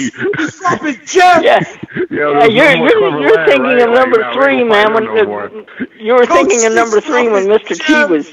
Yeah. Handle it. Coach C's Mr. T, man, like, he ain't want to fight Clubber Lang no more. Like, now we ain't gonna have him even in the movie no more, champ. Look, that's right. AJ, the way this whole thing's working, if they don't get this thing rocking in the fall, it's not gonna happen, man. AJ don't want to fight, man. AJ don't want to fight. He don't want to fight. I don't think we're gonna see Joshua. $50 million? I don't think we're gonna see Joshua Wilder anytime soon. There's too many games going on. Right. $50 million for one fight. Plus 50% of the back end? Like, come on, yo. Nah, he ain't want to fight him. He don't want to fight him, yo. $50 million? I'd have boxed Eddie. I'd have punched Eddie Hearn in his nose. He turned down $100 million. He ain't $100 million. $100 million of what, bro? For three other fights. Okay, can I clear this up? Let me clear this up. Because I showed the video to Beeb today. They said Eddie Hearn was on record saying that the 3-fight deal, they said because the Brazil fight was so close, they added that in. They said they have no problem. They want to offer him 2 fights because you want to have a rematch. Okay? That's why they offered him 3 fights. They said how you paying out the rematch? How you decide how much money the rematch is, though, Eric? How do you decide? First of all, straight from Eddie Hearn, that doesn't mean much because he's a liar. How much the rematch is worth? How do you know? You just pulled this magical number out. It's worth $120 million. You don't know. You're supposed to buy what Coach C says. You don't know. How do you negotiate 2 fights at once? Up with the number, not me. Eric, how do you negotiate 2 fights at once? How do you negotiate one at a time, guys. One at a time. You can't negotiate 2 fights at once. What's this? How do you negotiate 2 fights at once, and how do you make a deal with one fighter without the other fighter signing the contract too? I don't know that he didn't. Again, none of us were in the room. Bro. Yes, you do know that he didn't because it wasn't announced that he signed it. He didn't sign anything. It wasn't announced. Since he when didn't did they sign announce anything. It? They didn't. How is he going to sign for a fight if he's already fighting Miller? He can fight wherever he wants. Then he's got to sign for a fight, and he's already fighting Brazil. That's what I'm saying. Man, he's already going to pay him $40 million for one at a time. He already has a fight with Brazil. The other guy has a fight with Miller. How can you make a fight? Who are they going to pay him $40 million though? Who are they going to pay him $40 million to fight? Who over there on that roster? I don't know, man. Nobody. I don't know. Nobody. I don't know. So AJ signed the contract too? How do you have a fight with one fighter signing a piece of literature, not the other guy? Again, don't be. It's impossible. Listen, you guys are being obtuse. It's impossible. Here. You guys it's are impossible. being obtuse. How? You're being obtuse. I mean, you're having a lot of assumptions. Hey, no one does I have a lot of assumptions. You assume, Eric. This is Kettle. Eric. You got a lot of assumptions, man. Talk about who else they gonna pay him to fight? Like, could be anybody. When has a mega fight like this ever been negotiated like this? Oh, we're gonna give you a 3-fight What has deal boxing for ever been on that before? 3-fight deal for a mega fight. Like, come on, man. A 3-fight You deal. negotiate fights like this first one of at all, a time. again, it's not a 3-fight deal. They said they were going to package it because he was right there. And let me tell you what, he would have gotten $20 million for fighting Brazil. He would have gotten $20 million. How much is he getting now? Guaranteed $20 million. Why are you assuming everything is Closer gravy? to that than you think, though. Wait, Coach. Wait, hold on for a second. Why are you assuming that everything is gravy on the DAZN side, and Deontay Wilder just didn't want to do the deal? I'm sure that the issue was that they're signing their life away, and the other guy's not signing anything, and they cannot mandate him to fight him if one person's on the contract and the other guy's not. You can't make a fight with somebody without an official contract for that specific official fight drawn up, and then both guys put their name on the contract. You don't negotiate the biggest fight in boxing by throwing a 3-fight deal in front of it. It's never been done. It's not done. No one will ever do it. Robert, it's a fucking smoke screen. It's a smoke screen. Bullshit move. Yes. It's a waste of time. Who does he fight on the zone for $40 million? Kind of is. Who does he fight? Look, in my opinion, if you're going to offer wait a minute, Eric. If you're going to offer Deontay Wilder $40 million to fight somebody on his own, it's only one guy. It's Joshua. Okay. But what if Joshua says, "I don't want to fight you next"? Then they're not going to pay him the $40 million. What if Joshua breaks his hand? Guaranteed contract. What are they going to do? They said it was a guaranteed contract. What if Joshua breaks his hand? Then what, Eric? What if Joshua breaks his hand? Then what? But how is it guaranteed? How is it guaranteed if Joshua didn't sign a contract saying he would fight him? They said it was a guaranteed $100 million contract. I'm telling you what they said. Telling you what I read. Okay, so Canelo's contract is guaranteed too, but he only got $15 million for freaking what's his name? Well, they owe him $365 million. So now they owe him $50 million. For 10 fights. A lot of NFL contracts guaranteed too, bro. It's an NFL contract. Hey, what about the contract Mike Trout signed the other day? $430 million, man. How do you negotiate? No, that's baseball, baby. That's guaranteed money. How do you negotiate 2 fights at once when you don't even know the outcome of the first fight? That's fucking bullshit. It's stupid. No one does that. Scam. Yeah, it's pretty ridiculous, man. They do what they offer, bro. It really is. I mean, and you know this. I mean, you know this because you read the same thing. $100 million guaranteed. Pretty ridiculous. For 3 fights. But I also read that Tyson Fury was getting $100 million too. Just doubled their prices. Well, we talked to Bob Arum and proved that wrong. Yeah, that's the thing that's absolutely just mind blowing to me. Like how Wilder's $50 million offer last year wasn't real, despite the fact that the people behind him have put on the biggest pay-per-view event in boxing history. Meanwhile, they're offering him $100 million, and it's an app that's been around for 6 months that just doubled their prices. They can't get 100,000 people to watch it for $9 a month, man. Like, come on, man. Seriously. And they think $20 is going to help? Yes, Pete. Really? Eric, can I ask you a question? Yeah. Sure. So if Wilder signs that 3-fight deal, right? He signs that 3-fight deal, right? He signs it, okay? Okay. But AJ doesn't sign anything. Is AJ legally bound to fight Deontay Wilder? No. Can he be so he doesn't have to fight it, right? So don't you think that if they were really serious about that deal, they would have had a signed contract with AJ's name on it too?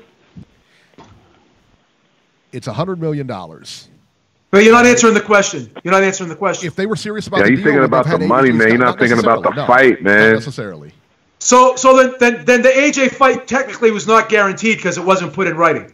The AJ fight, technically no, it was not guaranteed. I would say that. I don't know. Okay. I'll tell you this. I don't know for a fact, but yes, I would say it wasn't without AJ's signature on it. You can't make a fight without 2 people's signature on the contract. It's impossible. We don't know. We don't know. We do know because AJ's name wasn't on the contract. Did you see the contract? It was not on there. It wasn't on there. I didn't see it. It wasn't on there. I didn't see it. So tweet me that stuff. Man, AJ's not on there, bro. I'll take Shelly. I'll take Shelly Fickle. I'll take Shelly Fickle. Coach C, do me a favor.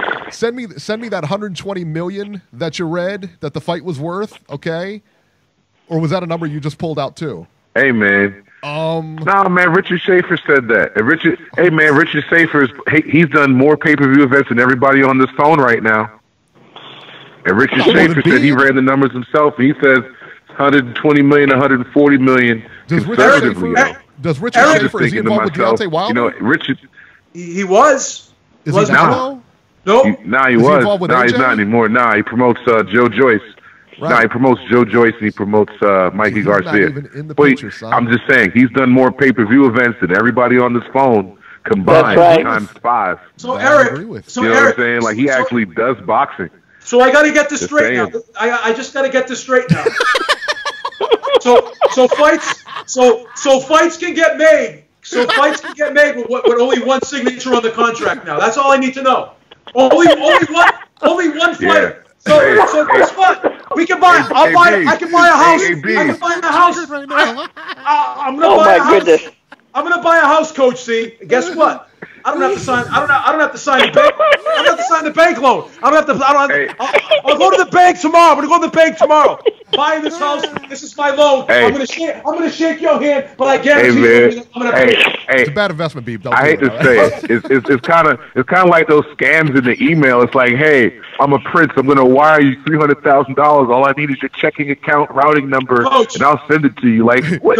Like, who do you think you're talking to? You think Shelly Finkel's gonna let his man do that? Coach, listen to this one. You think Shelly Finkel's gonna let his guys just sign some contract with some random ass? Like, get out of here. Coach, check this out. I'm gonna go buy a Mercedes tomorrow, right? And then when I fill up, like, I'm not even gonna fill the paperwork out. You know what I'm gonna tell them? Here's my address. Send me the bill every month, and I'm just gonna pay it off. I don't have no one's gonna sign it. Yeah, that's all I need. You don't need to run no type of credit. No, I'm good. Nothing. No, just because they said they're gonna do something. What are you talking about? It's Beeb. He's good for it. Just send the bill. We'll pay for it. You don't got to run his credit. You don't need no information. You don't have to sign nothing. Just trust him. Hey, Coach C, since you're seeing, hey, Coach C, since you're seeing magical numbers, you're going to play what's up? Eric, what is it now? You just said. Look, come on, but Eric, come on, man. You know that this fight. First of all, the Fury Wilder fight, that was going to be $100 million rematch for sure. For sure it was. You know what I'm saying? Like that was going to be like you had Tony Kornheiser. What did the pay-per-view do on that one? On that Fury? It was in December though.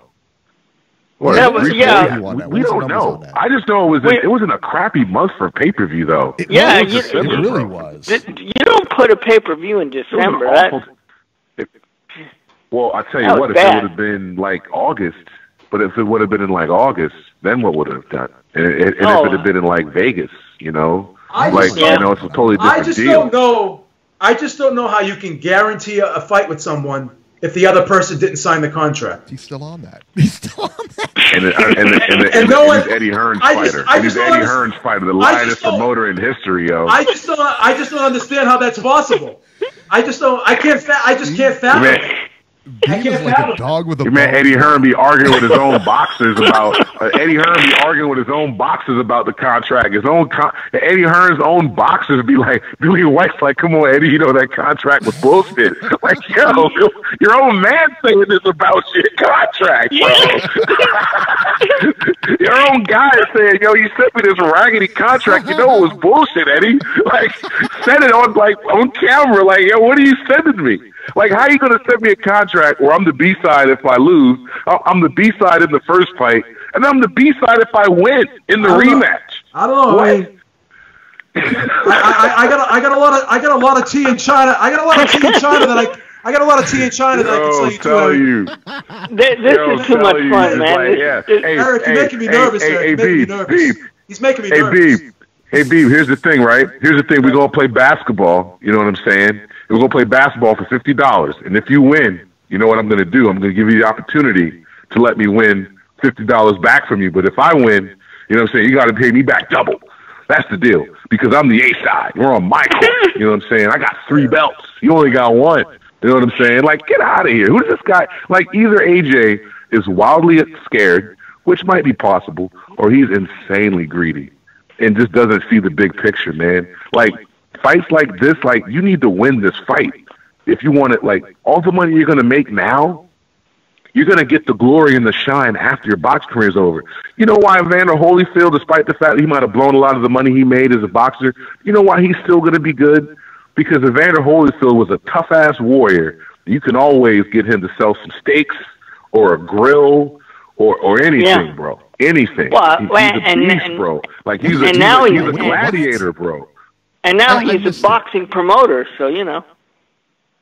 Yeah, man. Like he's supposed to have blown all his money, but he ain't broke. You know what I'm saying? No. Like I'm telling you. Like you want the legacy. You want the legacy. You know what I mean? Like just split the fight. Like this is a big fight. Split the fight down the goddamn middle. Like Wilder was champ before AJ, bro. Like come on, man. Like come on. That Charles Martin fight. That was about as much of a heavy. Like that was ridiculous. Okay. That was a late. Come on. Martin laid down after the second round and couldn't get up, you know? Pretty sure Martin could beat anyone else on the planet. And that was poor promoting on Hearn's part, because that fight should have been in America if he really wanted to be a guy. He could have fought that fight in Vegas, won the belt on primetime television, and they would have just carried it and ran with it. Then he could have went back home and had a homecoming fight. It would have been much better to fight. You know, the guy's scared. People than the arena he was in. Yeah, I'm sure. Right. Yeah. Well, he would have did that. But Eric, you're not hearing my point, Eric. What I'm saying is the work he's trying to do now, he would have done with his first championship fight. I mean, he only fought in 02 arena versus he's going to sell that Charles arena Martin. You don't think that arena's going to sell out? Yeah, he's going to sell it out. Well, what work's he got to do? Yeah, and more people are going to be there watching it than they're going to be freaking on TV watching it, bro. That's the problem. Nobody knows who the hell he is. Nobody cares. Hey, look, everyone thinks he's a pussy except for you and the guys that just called. Satellite. So it doesn't mean he's not popular. I don't listen to Howard Stern. You listen to Howard Stern? No, I don't either. I don't blame you. But Robbie's got satellite radio. All right, then there you go. Boom. Eric, you don't even listen to the guy. You don't even listen to Howard Stern. That's a bad analogy. He just brought up Howard Stern. Don't even listen to him, man. Like, come on, bro. What about I got satellite radio and I've never listened to it a day in my life. You can start talking about Wendy Williams. Eric, I see what you're saying. You're not, but Eric, you're not understanding what I'm saying. When he fought Charles Martin for the belt, if he would have just took the belt, he was gonna beat Charles Martin either way, right? If he'd have done that in America, right, and won the belt and became a heavyweight champ in America in front of fans here on Showtime at 10 o'clock at night on a Saturday, when people would have actually seen him, people would know who he is. You know what I'm saying? As opposed to now, I mean, he's fighting at 5 o'clock on Saturday. Nobody knows. And, like, you got to think, man, casual, like, we're boxing fans, so it matters to us. But for regular sports fans and casual fans, they don't know who the fuck he is.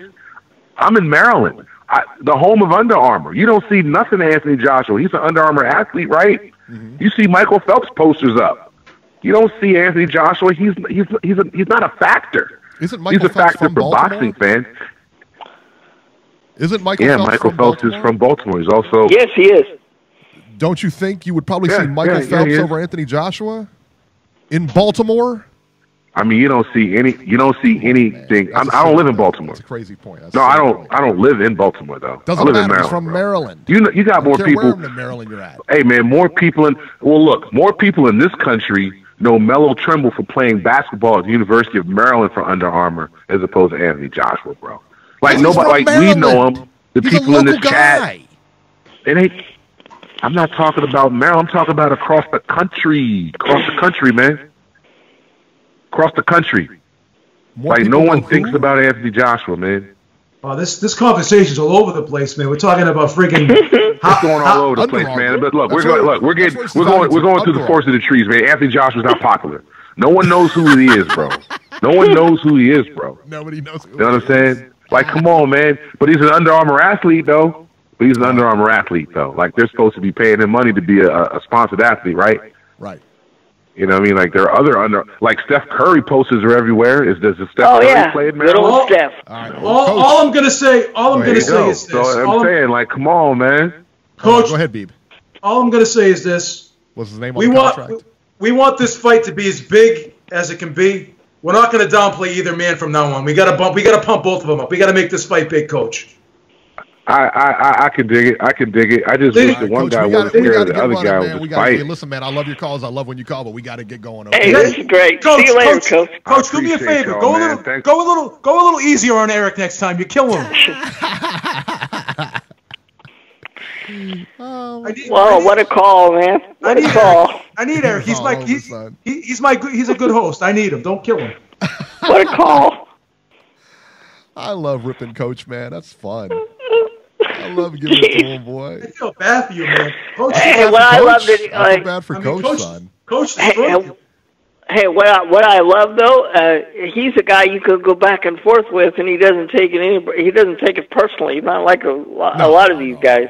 He's Coach C. You can't stop Coach C. I think we just did. I don't know, man. Coach C like ran you over like a lawnmower, man. Like you were hot. So let me get this straight. More people in Baltimore, more people in Maryland know who Michael Phelps is than Anthony Joshua. There's a shock, given it's That's a great point. Given it's Phelps' hometown, yeah. I for one am shocked. You know. That's a great point. You can't deny that. That's a great point. The one I made or the one he made? One Coach C made. He killed you. Tony in the chat just said, I did not agree with one single word Coach said, but great call. That's what I'm saying. Coach C kicks ass. That was a crazy call, LOL. Please let me know when we have another caller, Eric. 760, wow, that was 760, you're live. Or maybe not. 760? I'm on. Hello? Yeah, yes. You're on. Hello? Yes. Hey, what's up? What's up, Emmanuel? Eric? What's up, Beeb? Hey, man. Hey, that's Emmanuel. Yeah. Go ahead, Emmanuel. Go ahead. What is up, man? Man, you calling everybody balls of steel, shooting people on the street, but this motherfucker done said all kind of things that AJ's a chicken shit. He ducking. Right. You didn't call him out not one time. Not once. Not once. You were all on us, freedom bro. The way that you busted on. Exactly, and the way that you busted on us, you had me fearing for my life, B. And this guy right here, freedom of speech. You agree with him the whole time, bro. Freedom of speech. Freedom of speech. On blast. Freedom of speech. And another thing, this guy's a joke, man. I see AJ all the time on commercials, man. All the time on Gatorade commercials, Under Armour commercials on TV, man. That guy must not watch TV. And in LA, they got the Zone app on. I guess. And then, if he watches Netflix, what's the problem with the Zone then? It's the apps, yeah. That's right. I remember I remember Netflix when it was in its infancy stages. It had hardly any subscribers. Now it's freaking making its own movies, its own TV shows. Why can't the Zone go in that way? I mean, they have millions of subscribers, whether it's worldwide or not. They got it. Beeb is the one that broke the news that they're being backed by a Russian conglomerate, billion-dollar company. They got a lot of money. They do. So it's like, what's the deal? I'm not going to say they don't got. Like when people say they're going to go broke, there's no way that's going to happen. They got a lot of money.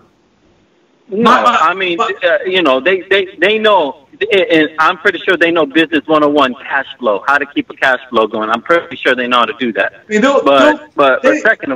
they may restructure things as time goes on, but they're not going to go away. Yeah. Okay, because I already knew they were going to raise the prices. I didn't know it was going to be this early. But what I believe the reason why I believe they were going to raise the prices is because there was going to be too many people dipping in and then dipping out, and $10 can't cover the type of contract they want to give these fighters. That's a good point. The type of contract they want to give these fighters, because you know what? If you're going to outgun the competition, you got to come with real money. You're right. You know what I mean? Because Showtime's a pretty big company. ESPN, you already stated it on your videos. That ESPN is a huge company, so they got money up the yang. You know what I mean?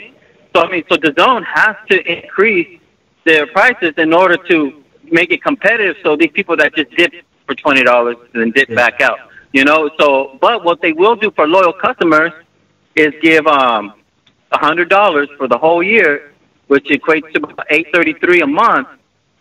And so, hello? Yeah. Go ahead. Go ahead.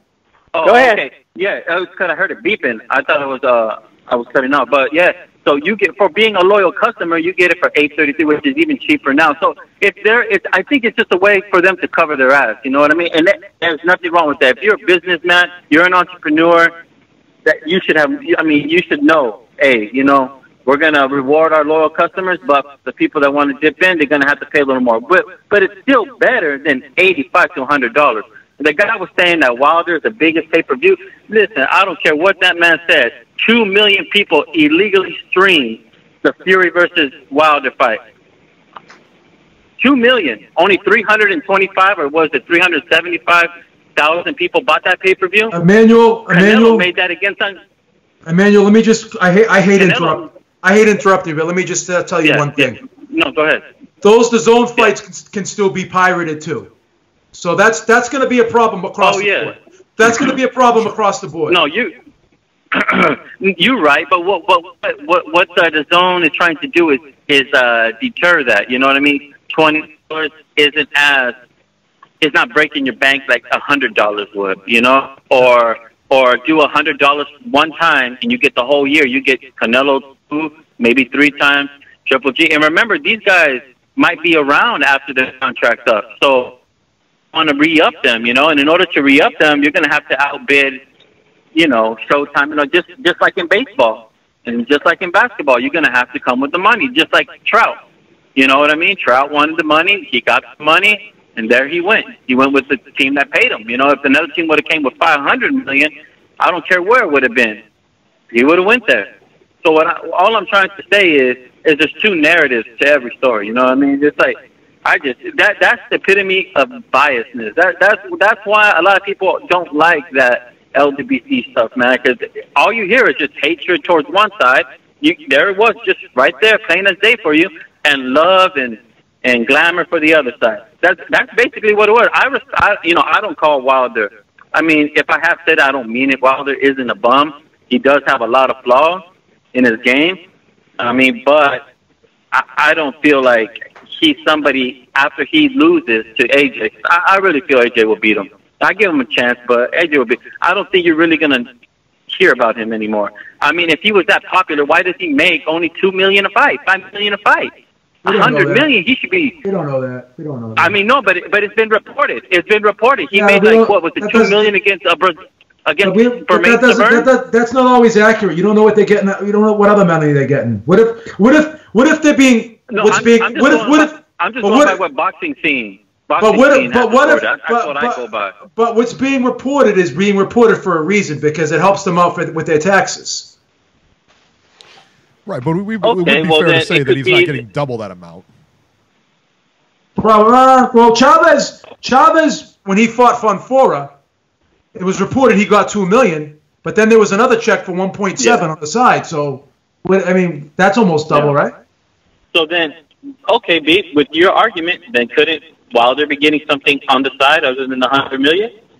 And your argument could be, right, on the back end for the taxes? Oh, I don't know about the zone. I don't know how they operate. I know how Al Heyman operates. Exactly. So, I mean, just like you got that point, it could be the other way as well. Yeah. All I'm saying is, this man, I know I don't know, I don't have the numbers in my head, but I know for a fact he has never made $100 million in 3 fights. No. And one of the fights he was going to fight anyway, so it's really 2 fights. Probably neither is AJ. I don't think AJ's made $100 million in 3 fights either. He's made pretty close, I'm sure. You don't know that. Last I read on boxing, he made 34. He made $15 million for the Klitschko fight. So they said. You're never gonna know what these guys. You're never gonna know what these guys make, because the numbers are either inflated or deflated. They're not accurate. Numbers are not accurate. They don't have to. You're right, Dave. They don't have to report the numbers in the UK. They don't report the pay-per-view. They don't have to report anything. No, you're right. But what I'm saying is the numbers that are being reported for AJ are triple, quadruple times higher than what's being reported for Wilder, though. That's the issue. Well, they can be inflated triple and double too, can't they? How is a guy making $30 million a fight if the pay-per-views are so cheap and the ticket price? 90 seconds. Where's the money coming from? Are they just giving money away to him? I don't understand. I'm not saying he doesn't make more than Wilder, but I don't think he makes $32 million a fight. I just don't believe that. But whatever, like Eddie Hearn put it best. He said, "Who gives a fuck where the money's coming from? You know, I don't care. I give it to them, and there they go. They got the money. They get the money. They get the money. Who cares?" I just and then don't the understand. thing is, for the consumer. Yeah, go ahead. I just don't understand how he can make.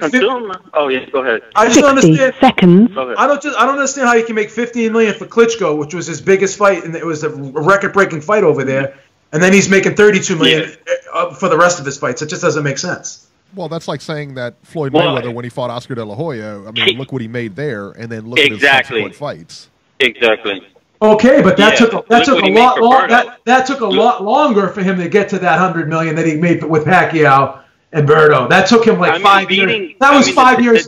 That was 5 years later, not 2 fights later. Eric, come on.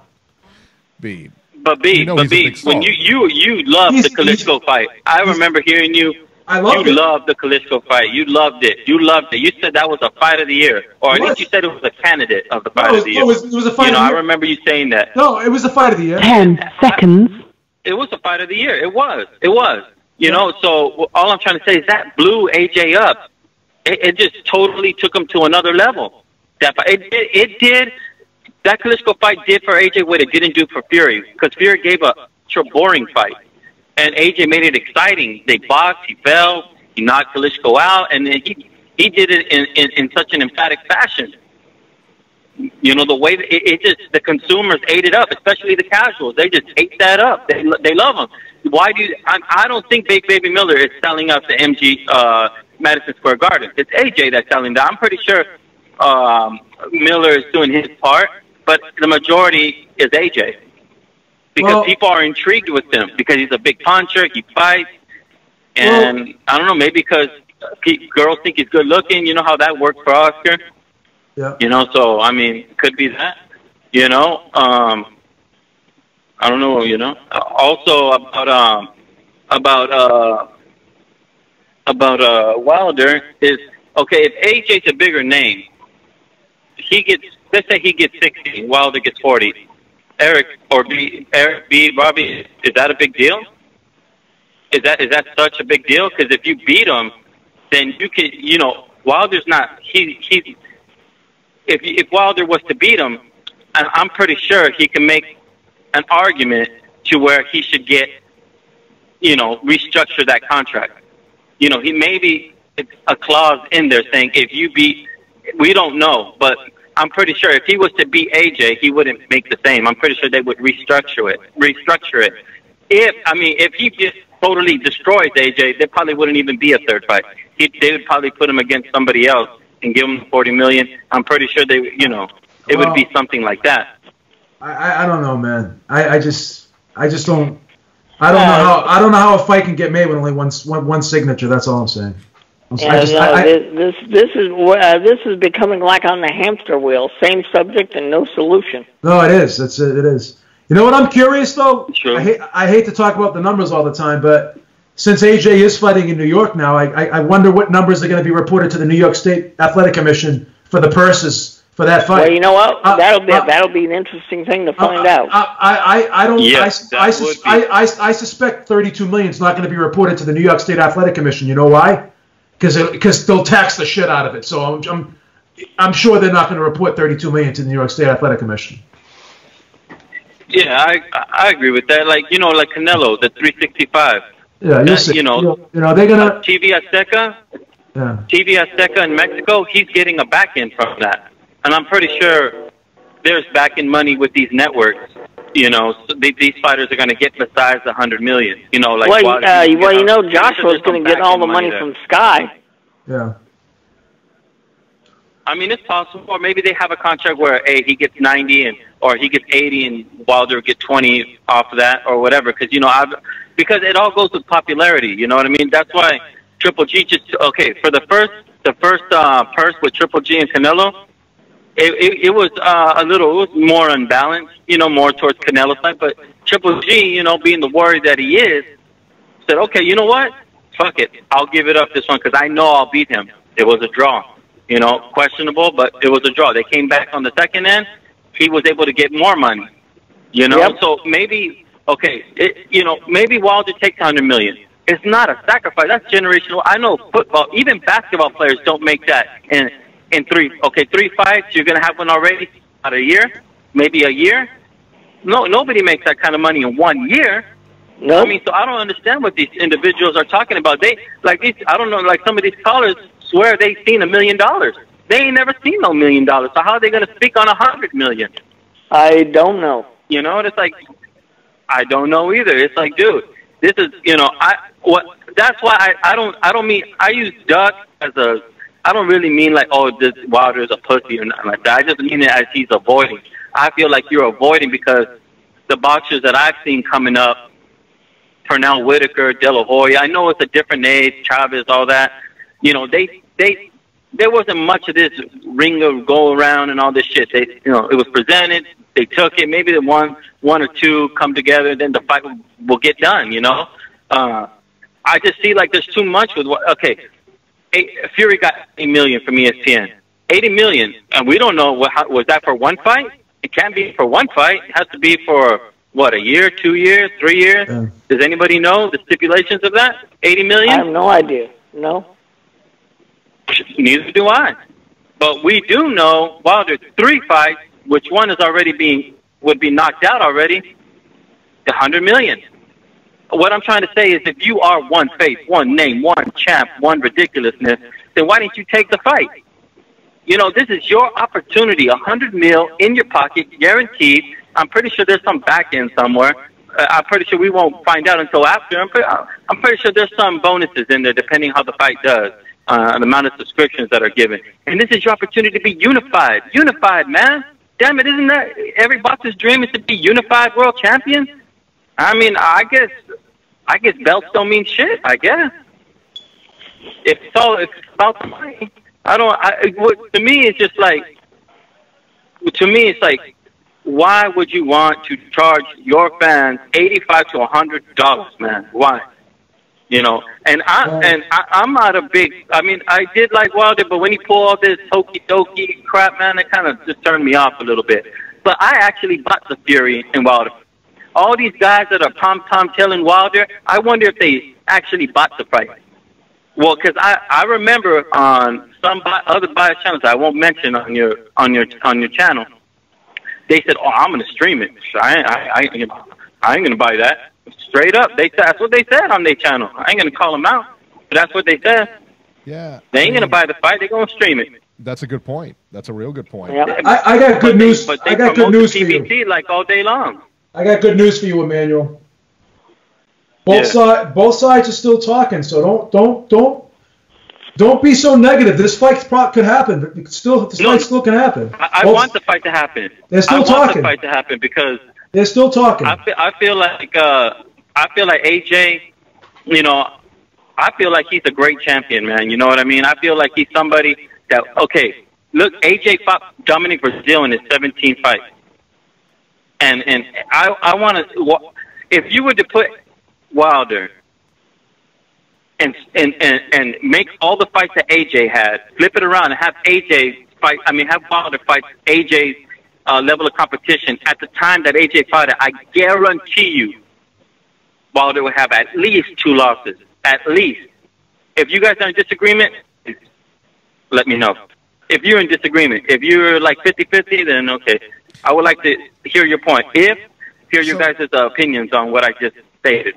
Okay, so you're saying that if Wilder fought Brazil in the 17th fight, is that what you're telling me? I mean, is that pretty much a question? No, if Wilder fought AJ's opponent at the time that AJ fought them, so he fought Brazil, like 2 years ago?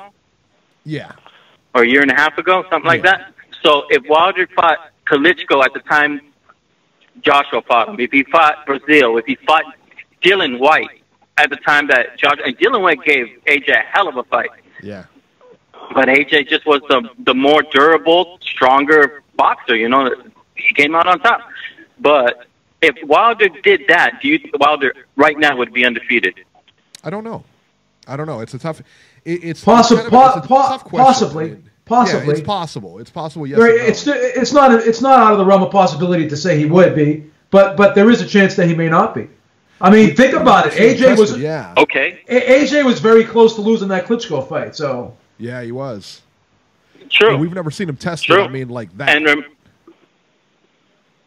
that is true. So just imagine a boxer in Wilder that doesn't box very well, doesn't know how to set up his right hand, really. So, I mean, just imagine what Klitschko would have done to him. We've seen what Fury did. Well, he outboxed him. It wasn't until the final round where you know Fury was just gassed. And he let his guard down. I still think Wilder beats White. That's just my opinion. I think White. I think he does too. I don't think his defense is the greatest, and he can box a little bit, but I don't think he's a great boxer. And also his stamina, he fades late in the fights, you know. And I thought Chisora was outboxing him in their fight before he got knocked out. I had Chisora up, and I thought Chisora won the first time. Parker gave him a very close fight. Yeah, Parker gave him a good fight too. And I think Parker, Parker. One of those knockdowns shouldn't have been a knockdown because he went down from a headbutt. So, that fight was very controversial. But I still credit White for hanging on in the end. But yeah, White is very vulnerable. So I think Wilder would have beat him. Yeah. I would pick Wilder over White. I would have gave it. Me personally, I would give it 50-50. Me personally, because Wilder has power, but Dylan can box a little bit. He can set up his punches a little better, and he does have some pop. And I give it a 50-50, you know. But I just feel if you were to put AJ in Wilder's shoes when he fought his opponents, I think AJ would have beat all of them. I would be more confident that AJ would have beat them than the other way around. That's all I'm saying. I just feel like Wilder. They pretty much fought the same guys, though. I mean, except for Klitschko and White. Because Klitschko is better than anybody that Wilder has on his resume. Ortiz was a fading. But you don't guy. think Wilder would? You know, you don't think Wilder would have beat that version of Klitschko? I don't know, man. He could have. Not after what I seen with Fury. No. Could have. Maybe. Could have. Not after what I seen with Fury. I don't think Klitschko could stand up to that right hand. I don't think Klitschko is as durable as Fury. But I don't know if Klitschko will get hit by that right hand like that. Everyone gets hit by that right hand at least once. I didn't think Fury. I didn't think Fury was going to get hit by it, and he did. So if Fury, who's much more elusive than Klitschko, can get hit with it, so can Klitschko. That right hand's the eraser. I'm sorry. That's true. This guy. Fury. He can win any fight. Would you agree though, Beef, that Fury was exhausted when he became vulnerable to that right hand? That maybe stamina was the issue. No, I actually think Wilder at that point in the fight was more tired than Fury was, to be honest with you. He looked it. I'll be honest with you. Was he fresh? And was he as fresh as he was in the early rounds? Probably not. Probably not. But neither was Wilder. No. What Wilder did in that 12th round was very impressive. I'll give that to him. But I still think Fury won the fight. Yeah. How many rounds did you give Wilder? 3. Yeah, I think we all gave him 3. Me too. I think 3. we all came out with the I gave 3. I think if you wanted to, you could give him 4 if you were generous. I just don't see him winning that fight. No, he lost clearly. Yeah. I thought he clearly lost the fight. Clearly. I just feel But like the judges didn't see it that way.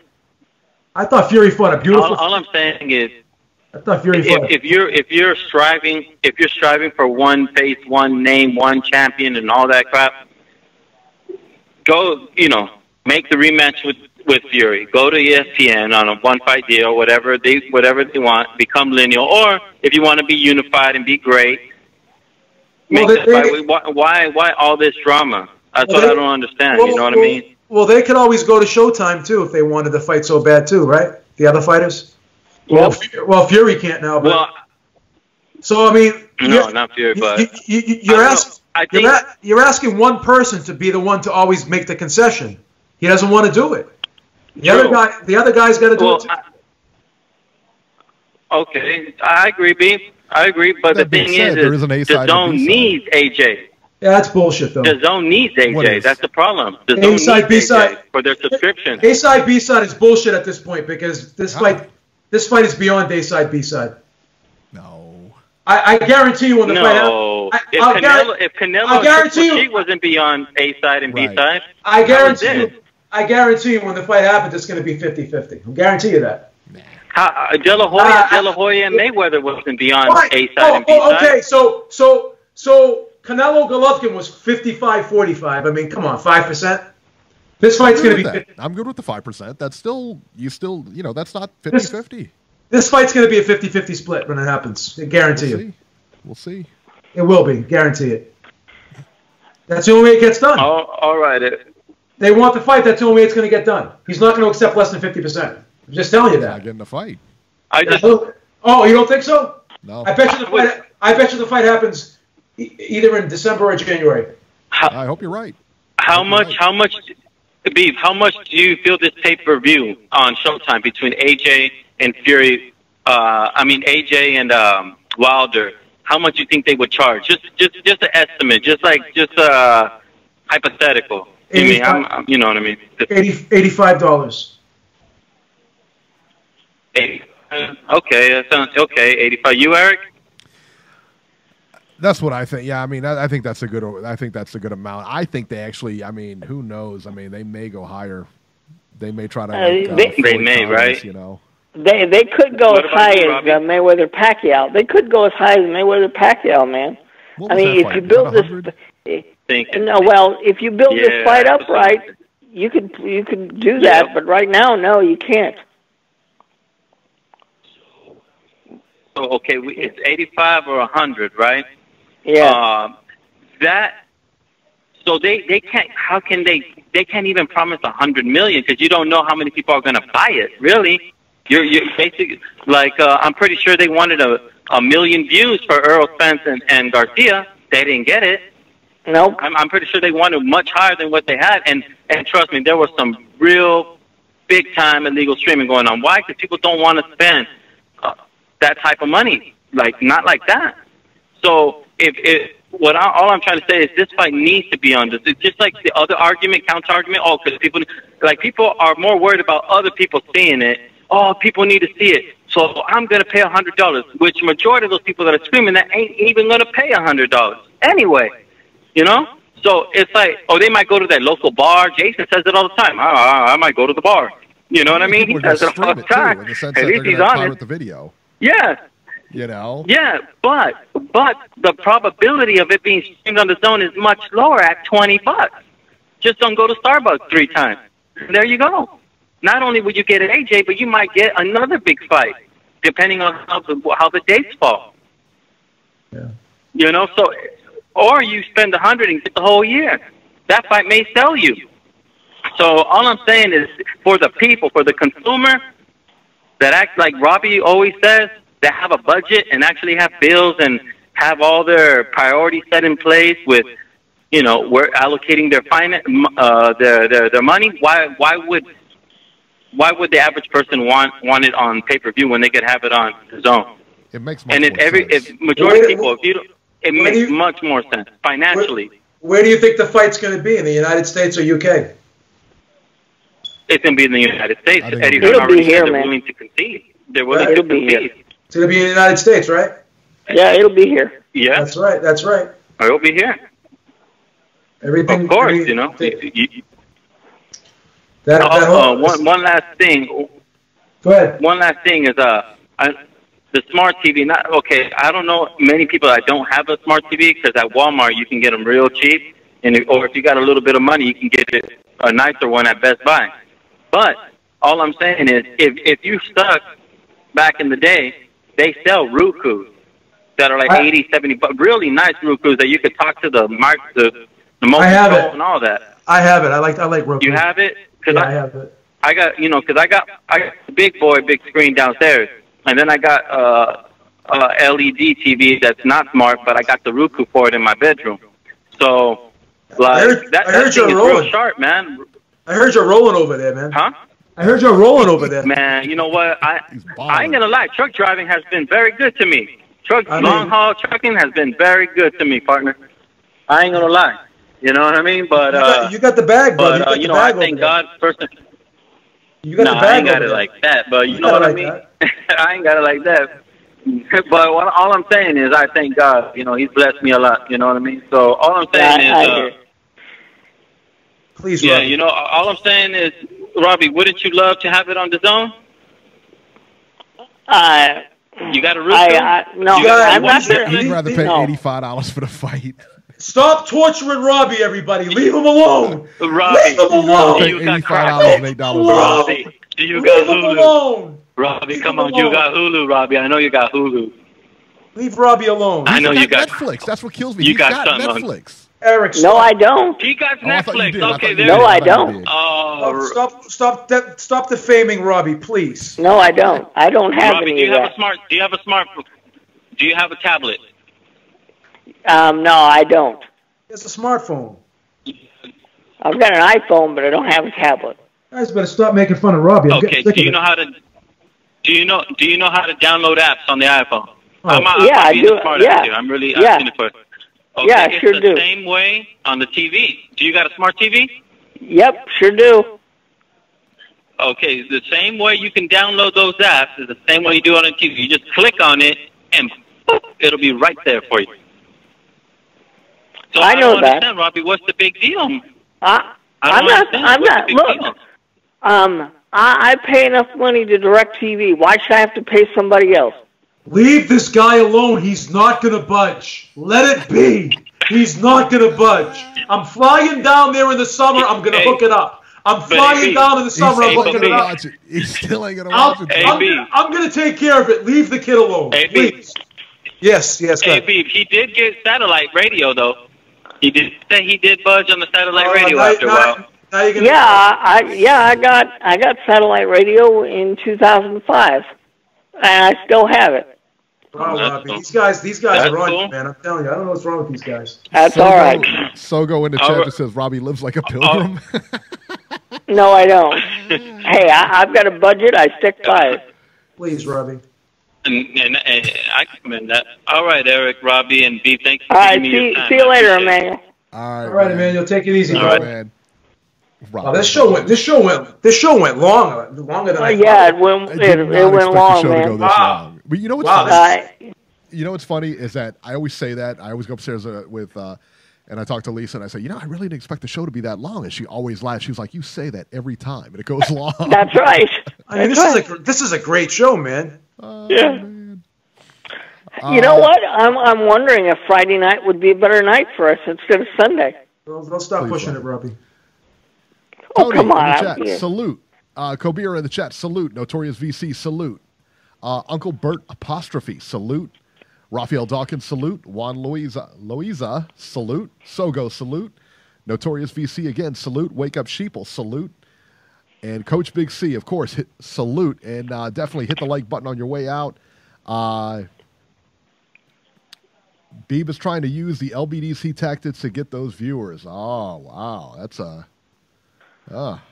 Emmanuel Moreno, thank you so much. Thank you, brother. Thank you. You know very what? much. You know what? You guys are welcome to hate on the Beeb all you want. Yeah. But I'm bulletproof. I'm bulletproof. You can't hurt me. Bulletproof, baby. You can't hurt me. Raphael Dawkins, $300 for Beeb. No, go on Twitter and ask that guy RR, the guy that loves the UK. Yeah. I bet him on the Golovkin fight. I actually paid him. I lost to him. Oh, look at that. I bet him. So I'm good. If I bet you something, I'll pay you. But you better pay me too, because I'll kill you. Fight Doctor, salute. Hey, Fight Doctor, we're working on your intro. So call in Sunday. We should have it for you. All right? Yeah. And no, he's a great caller, so I always love it when the doctor calls in. Oh, Eric, you know what? Somebody called me out on Twitter today. We were going back and forth about Eddie Hearn. So they took a shot at me because I was asking people for super chats yesterday. Yeah. And they go like this. It goes, I thought you guys never asked for anything. And I said, no, I never said that. Eric did. I said that wasn't me. Eric never asks for super chats. He's got friggin' morals. I don't. That's right. I was the one that said that. Beeb never said that. I never said don't give me super chats. Hit that super chat, like button. That's right. I never said that. That's Eric said that. So That's right, man. That's right. Don't take shots. Don't take shots at the Beeb. Hey, listen, man. It is what it is, man. Shout out to Notorious VC. You know why? Because he always was the one that would give us super chats, man. He's the man, boy. He is the man. He was the first person to start giving us super chats, so I give him much respect for that, man. Seriously, he's very loyal. Right. He's always the first one in the chat and the last one out of the chat. Always. Even for the entire show. Even though he's mad at me right now because of this AJ Wilder stuff, I still give him mad respect. I still give him mad respect. Absolutely. Well, I feel like we're spinning on a hamster wheel as far as those two are concerned. We got to see some real progress made, but we won't be able to see that until all three of these fights happen. So take it easy, Robbie. Right. Stuff them in the corner. Hold them up and throw them in the corner. You like that one? Notorious wants to know what kind of VCR Robbie has. What kind of VCR you got? Oh, why is it? I don't know. No, I have a DVR now, guys. Come on. Dude, if you ever went to Robbie's house, it's like a palace. Don't start taking shots at Robbie, please. It's like walking into 1960. No. Hey, I'm not that old. Get out of here. Eric, please. Oh, my God. That's right. Yeah, so we got the super chat. We got the super chat up and working and everything like that. So if you want to use it, please feel free. Obviously, we're trying to put better stuff in here for you. As you see, we got the software and everything like that. So we're trying to do more shows for you guys too. So I love these extra shows. So just so you know, guys, we have the Blog Talk subscription. We have this new software subscription. We're gonna be having a Skype subscription pretty soon. We got one now. I mean, we have one now that we all use. So I mean, we still have to pay for it. We have. So I mean, we're putting a lot of overhead here. So we're doing more shows. We're doing like 4 shows a week now. At least 3 or 4 shows a week now. So yeah. I mean, we're not twisting your arm or nothing. But hit that super chat button if you'd like. This is hit the fucking like button. Come on. This ain't Eric. This ain't Eric. This is me. I'm in charge of finances at Beeb Industries. That's right. Beeb's our accountant. I'm the CFO. That's what I'm saying. I get all these. I get all these bills that I got to take care of. You know what I'm saying? And if you want references, talk to the people at 5 Dimes. Beeb's one of their better customers. And I do the payroll. I do the payroll over here at Ringside Reporter. So I pay all the tech people. I pay the lighting people. I pay the people that get us drinks. That's right. And I take care of all this stuff.